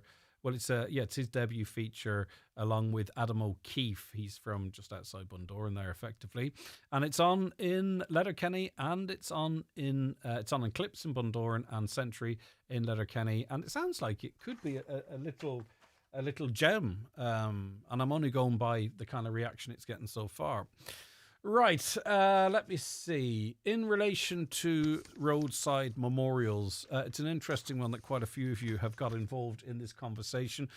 Just to give you a catch up in case you're not familiar with the story, the government is bringing in legislation that would restrict the positioning of these memorials based on whether it's a dual carriageway or whether it's a road that has a speed limit in excess of 60 kilometres, which kind of would capture a lot of the fatal road traffic collisions, unfortunately. But this caller says, I think the memorials along the road are a good awareness for people passing to slow down. And it has unfortunately been a thing. That's not the reason why they want to sort of prohibit them. It's because sometimes there can be further instances as people, you know, there might not be laybys and what have you. And as people visit these memorials or maintain the grass or plant flowers, that it could in fact in itself lead to a collision. I had a family member killed in a road traffic collision by a drunk driver. I don't need any memorial at the site to remind me of him. His memorial is in the graveyard, and that's enough for us. A memorial garden is a non-runner, as it could be miles from where tragedy occurred. And why confine it to road tragedies? Why not drowning, suicide, etc.? With roadside memorials, there is the ongoing responsibility to maintain it ad infinitum. Another, it's the size of them that I have an issue with. Small ones are respectful. These large ones, not so much, says a listener. Another who says that they do work to slow the traffic. Anything that makes people slow down on the roads is a good thing. Another, though, says that large or elaborate memorials can distract drivers, potentially leading to more road traffic collisions. Another caller. My husband was killed by a drunk driver. My niece was the driver of the car we were in and was very traumatised by the event. I ended up in hospital on life support. There is a memorial to the driver who caused the collision, and every time I pass that area, I'm traumatised over and over. I totally disagree with them. A tribute to the person who took my husband's life and traumatised my niece, me, and our entire family is not acceptable. And I'm so sorry with what you went through. And, you know, that's why we always try and be so conscious and cautious when we talk about issues like this, because when you invite people who are affected by these things to contact you, you realise that so many of us have been, so I appreciate your time and your consideration in contacting us. Fill your stocking this Christmas from all the great gift ideas at McGee's Chemist Letterkenny, sponsors of today's 9 till noon show. See mcgees.ie or like McGee's on Facebook for a chance to win some great prizes. This Christmas, reward your team with a gift they'll love. With the McElhinney's corporate gift card, your staff can choose from hundreds of top brands. Plus, spend €500 or more on corporate gifting to receive a free gift card with your order. Learn more in store or shop corporate gift cards online at mcelhinney's.com. It's the most wonderful time of the year. And we're not talking about Christmas. We're talking about ordering your 261 at iMotors. The most loved Nissan offer is back. 4K your way. Right now, get €4,000 off a brand new Nissan. Use it as a finance contribution or a trade-in booster. From the ever-popular Qashqai with comfort, tech and reliability to the sporty Juke, the head-turning electric Aria and the spacious X-Trail. We have the perfect car for you. Plus, the new Micra and new Leaf are on the way and landing in the new year. Visit iMotors Letterkenny or Malin today. Don't know if you know Alison Pat. Late 40s, couple of kids, been together 17 years. Never married, of course, but that's not a problem. Until something happens, and suddenly words like unmarried, inheritance, and substantial tax bill enter the equation. You never need proper estate planning. Until you do. That's why the experienced team at McElhinney & Associates are here to help. Find us online or call 074 917 5989. McElhinney & Associates Solicitors, Stranraer. To refresh your home, visit Voice Fabric Department in Letterkenny. We've got ready-made curtains, made-to-measure options, window blinds of every kind and so much more. From cushions and throws to upholstery fabrics, choose from top global brands and get advice from our experienced interior design team. Style it your way with Foy's, Port Road, Letterkenny. At Joe McGee Butchers, we have all your needs to make your Christmas dinner extra special this year. If it's a fresh whole turkey or turkey breast fillet in a vac-pack cooking bag with a cooking pop-up timer, a delicious ham joint or succulent dry-aged sirloin steak, call in today to the award-winning Joe McGee's Butchers, Letterkenny Shopping Centre, where we have your Christmas all wrapped up. Welcome back to the programme. I'm joined on it now by Deputy Charles Ward of the 100% Redress Party, and he and 100% Redress councillors have been responding to assertions by Junior Minister Charlie McConalogue that significant progress under the Enhanced Effective Concrete Block Scheme has been made. He points out that 205 completed homes is good progress, and he's also said in the past as well that this is a scheme that can evolve and that will catch more people into the future and is effectively working. Deputy Charles Ward, you don't agree with that assessment from the Junior Minister? Not one single word of it do I agree with. And he says 205. Well, according to Donegal County Council, who actually are managing the scheme. There's 229 houses completed.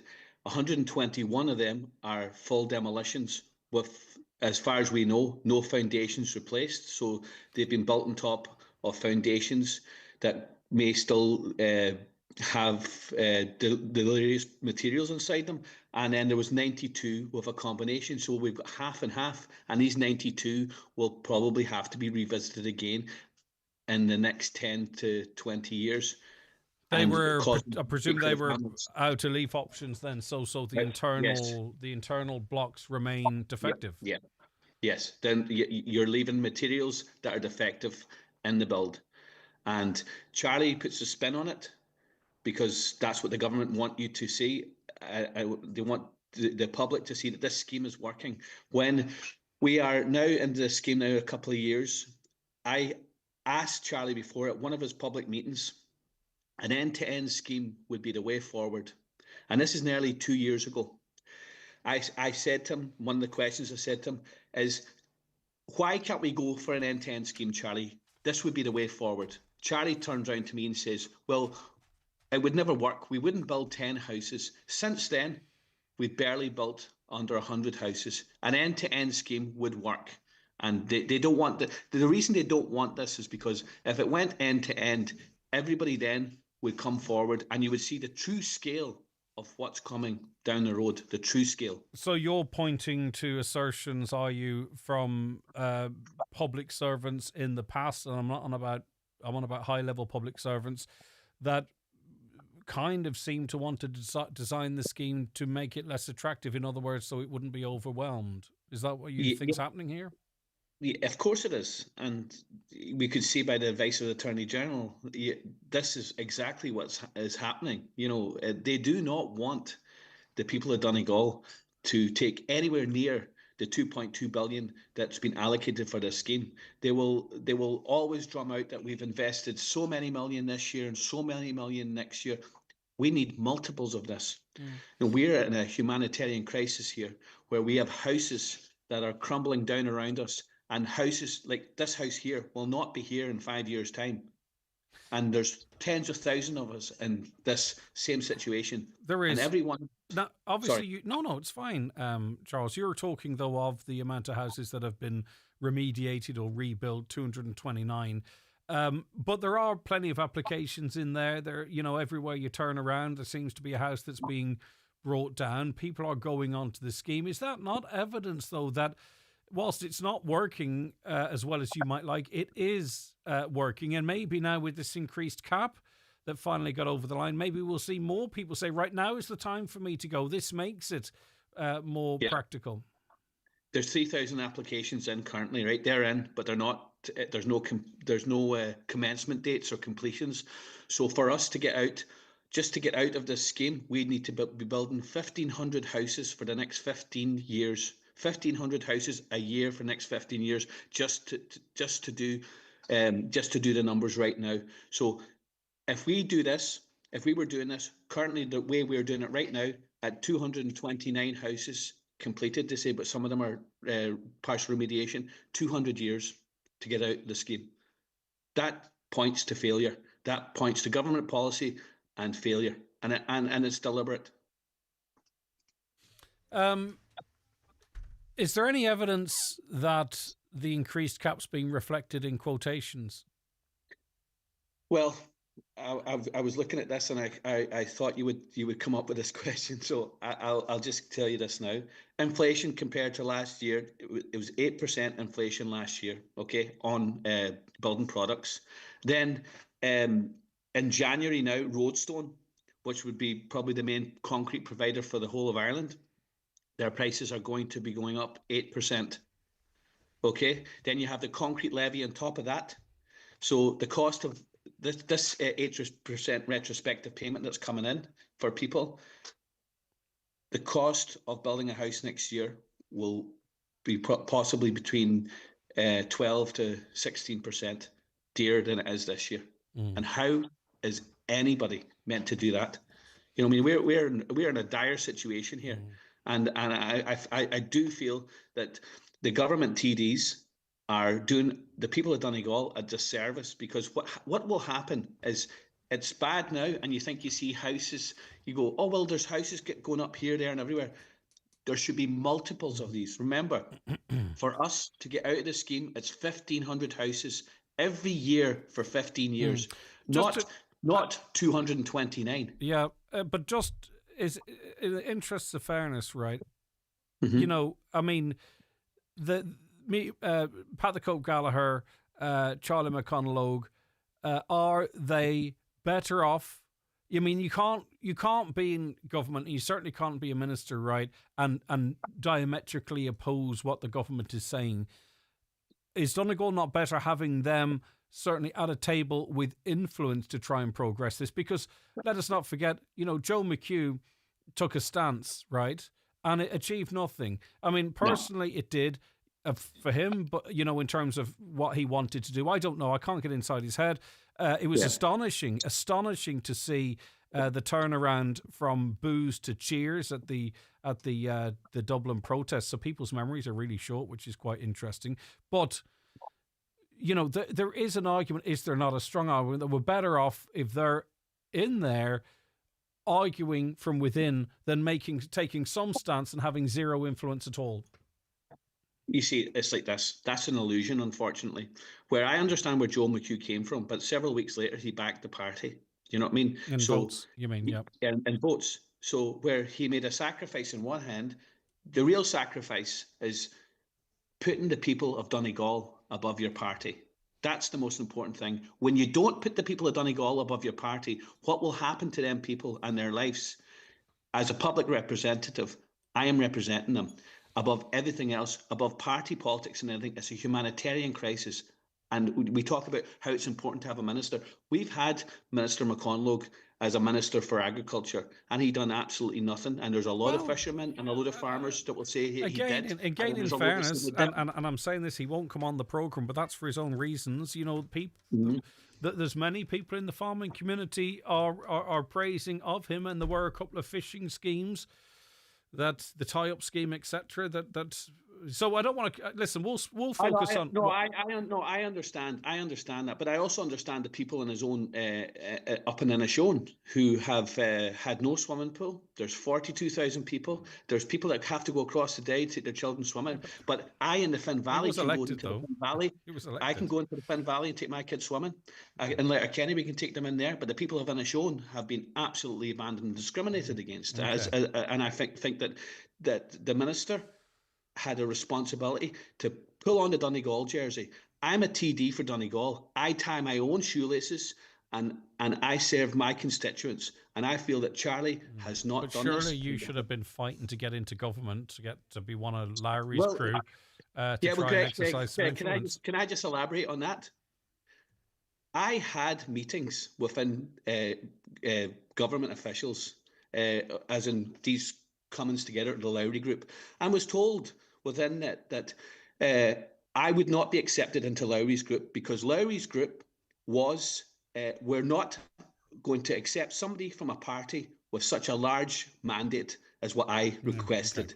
Okay. I would have gone across to the government in the morning to fix people's houses. I will not discriminate against anybody. I'm here to get the homes of Donegal fixed. Understood. Well, you understand. You understand my position. I do have to ask these. Totally, Greg. Totally. The 43 early adopters.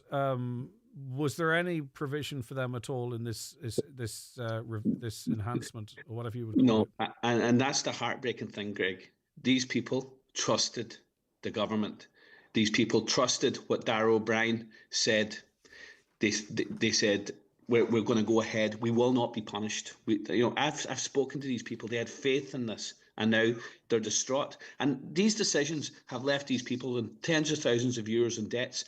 And the fact of the matter is, some of them could go on and get out of this eventually, 8-9 years down the line. But there's some of them that won't. They're not. This has finished them.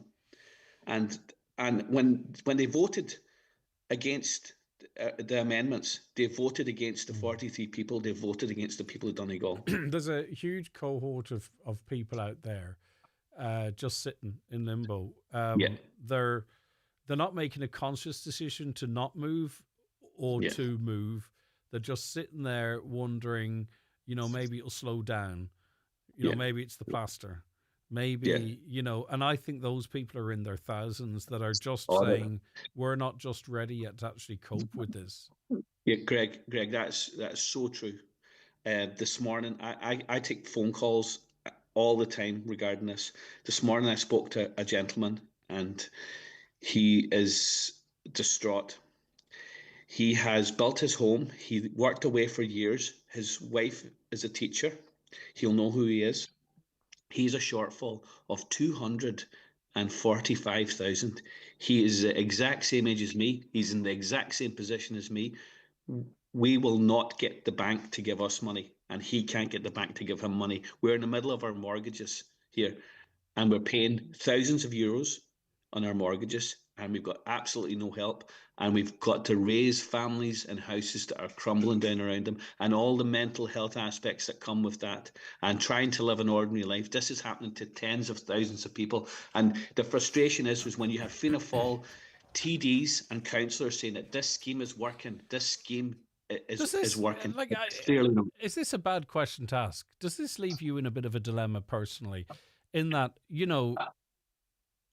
got into politics for all the right reasons, but you've got into a job that is well paid. Now, obviously, when you take tax and everything out, so your capacity to bridge that gap in years to come will narrow. Yeah. Does that leave you? Is this? And if it's too personal a question, I really do apologise and bat it away. Does that leave you in a position where you'd be almost embarrassed to progress? Because you know very much so, like that gentleman that you talk of. Yeah, I can answer that question. I have 4 children, okay? And my children are at different stages in their lives, and we're living in a crumbling home. Yeah. And if I get the opportunity to try and fix my home, of course I would fix my home. Okay. Okay. But the fact of the matter is, I am one of tens of thousands. There's children here now in Donegal that should be at college this year, and they can't because their parents are trying to put a roof over their head. Yeah, for sure. Any way they can. Any way they can. And we need to recognise it as a humanitarian crisis. And I believe this week our Donegal TDs that voted against these amendments have done us a great disservice. Right. Okay. Again, there was no malice in that question. I just thought. No, Greg. Look, I understand. But see the difference. You can ask me anything and I will answer for you. I am transparent. I'm there for the people of Donegal. That's the most important thing to me. Believe it or not, generally I do try and be fair with my questions, even if some claim I'm not. Thanks very much, Deputy Charles Ward. Look after yourself. 086 60 25,000. Have you anything to say? Think outside the box with your photos this Christmas for canvas prints, Instablocks, mugs and photo books at mcgees.ie. McGee's Chemist Letterkenny, sponsors of today's 9 till noon show. Relive the magic this December at Century Cinemas. We're bringing back your Christmas favourites, Home Alone, Elf, and celebrating the 25th anniversary of The Grinch. Plus, catch Love Actually, The Holiday, and the ultimate action classic, Die Hard. All tickets are available now. Visit centurycinemas.ie or call 074 91 21976. That magical time of year once more, with mince pies and pudding and treats galore. Taking pride of place by the twinkling tree. All you need to know about the season's TV. A world of entertainment wrapped up inside. Christmas begins with the RTE Guide. Declan loves a leisurely Sunday drive, even on a Tuesday, ignoring all the angry honks of people trying to get home from work. You see, with Dunnes Stores Click and Collect, Declan is never in a rush. He can order online and collect his groceries at a time that suits him. From online grocery shopping to buy me same-day delivery, there's a way to shop for everyone at Dunnes Stores. Always better value. Terms and conditions apply. Buy me is subject to location and availability. Minimum spend required. Smart employers choose One for All.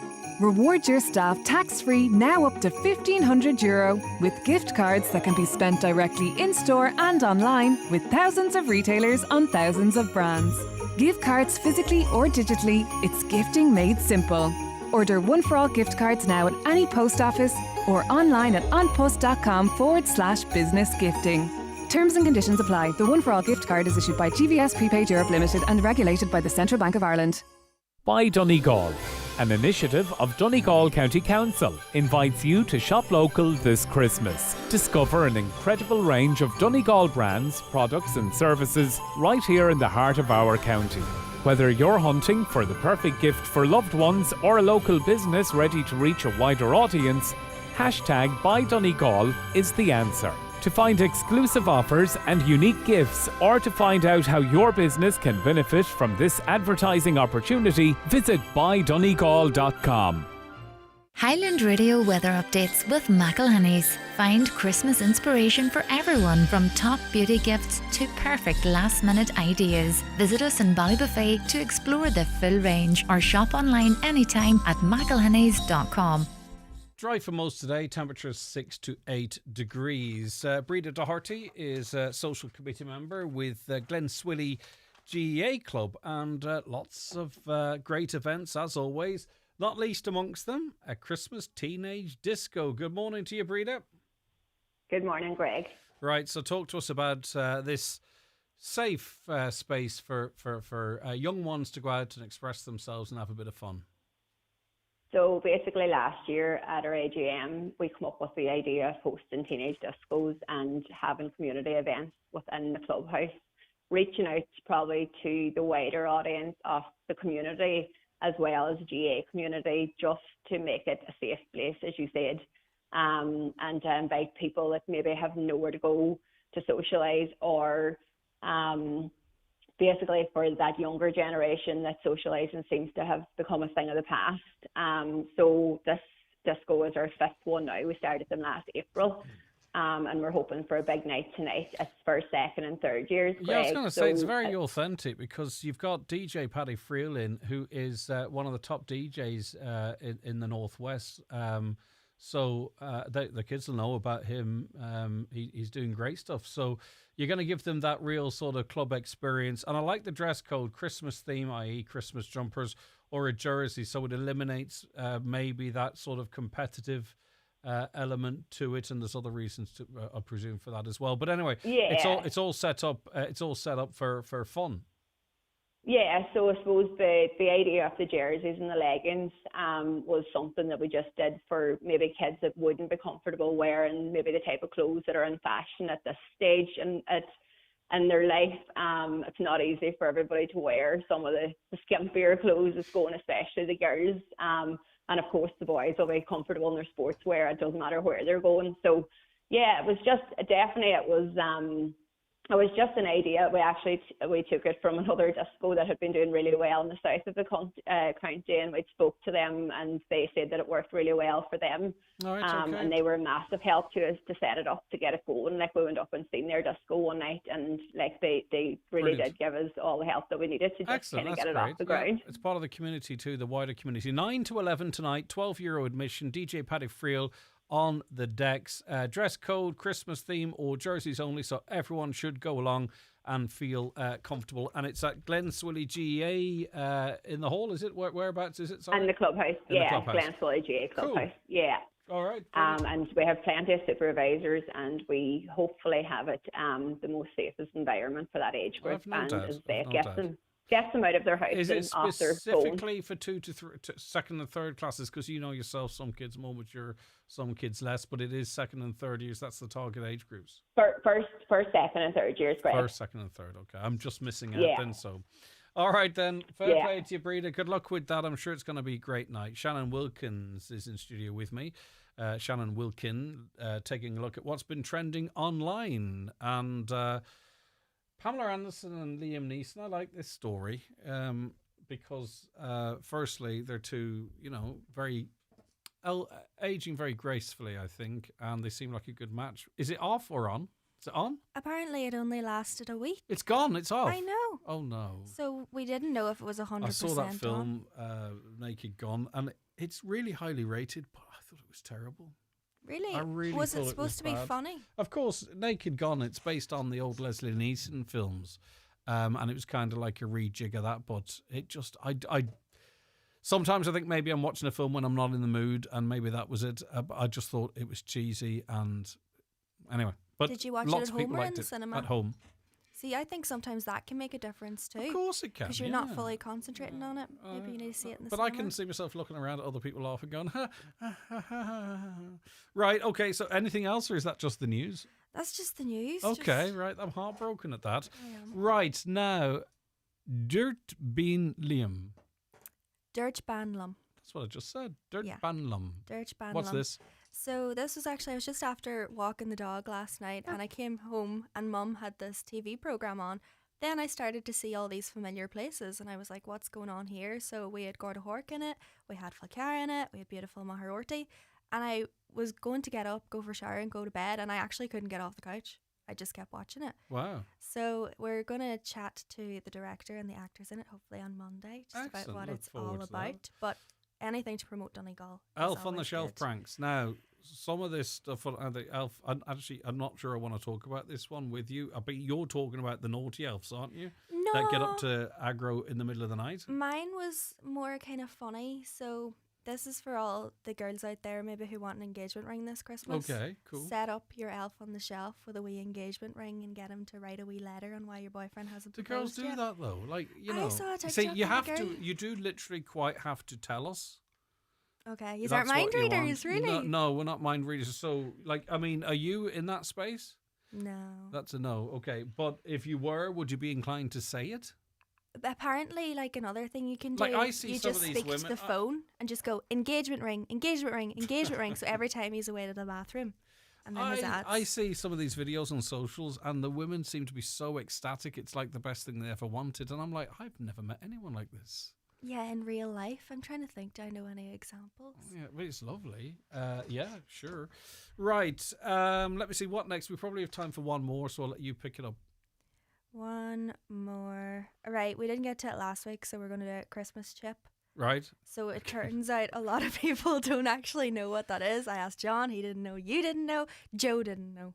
Yeah. Well, Christmas chip, people describe chips from a takeaway in the singular, Mhm. so that confused me. And I thought, remember you did the triple dip chip before, and I also thought we're going over this again. Okay. So this is Christmas dinner in a box, really, is Christmas dinner in a box. Go on, what's in so it? we've got your turkey, your ham, your stuffing, your cranberry, your gravy, and either a chunky or a skinny chip, whatever your preference is. And it's on top of it. Yeah, it's on top of it. So it's loaded fries with Loaded Christmas stuff. You've had a fries. few of these.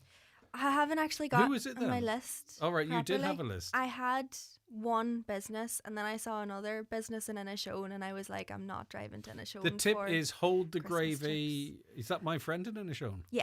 Okay, right. The the tip though I heard from Caroline is hold the gravy. Funny enough, though, when I ordered mine, I had to make extra gravy. She wasn't gravy enough for me. Right, okay. But Mammy doesn't like too much gravy on hers, so she said it was perfect. Wilkin, you can't be So, up to you guys. personal Brilliant stuff. So preference. get out there. Where's your favourite Christmas chip? Thanks, Shannon. We'll leave Thank more you. time next week because I need to know more stuff that's what's going on. Listen, thanks, Shannon. Thanks, Caroline Orr, who researched and produced the show today. Thank you for your company all week. We're back with you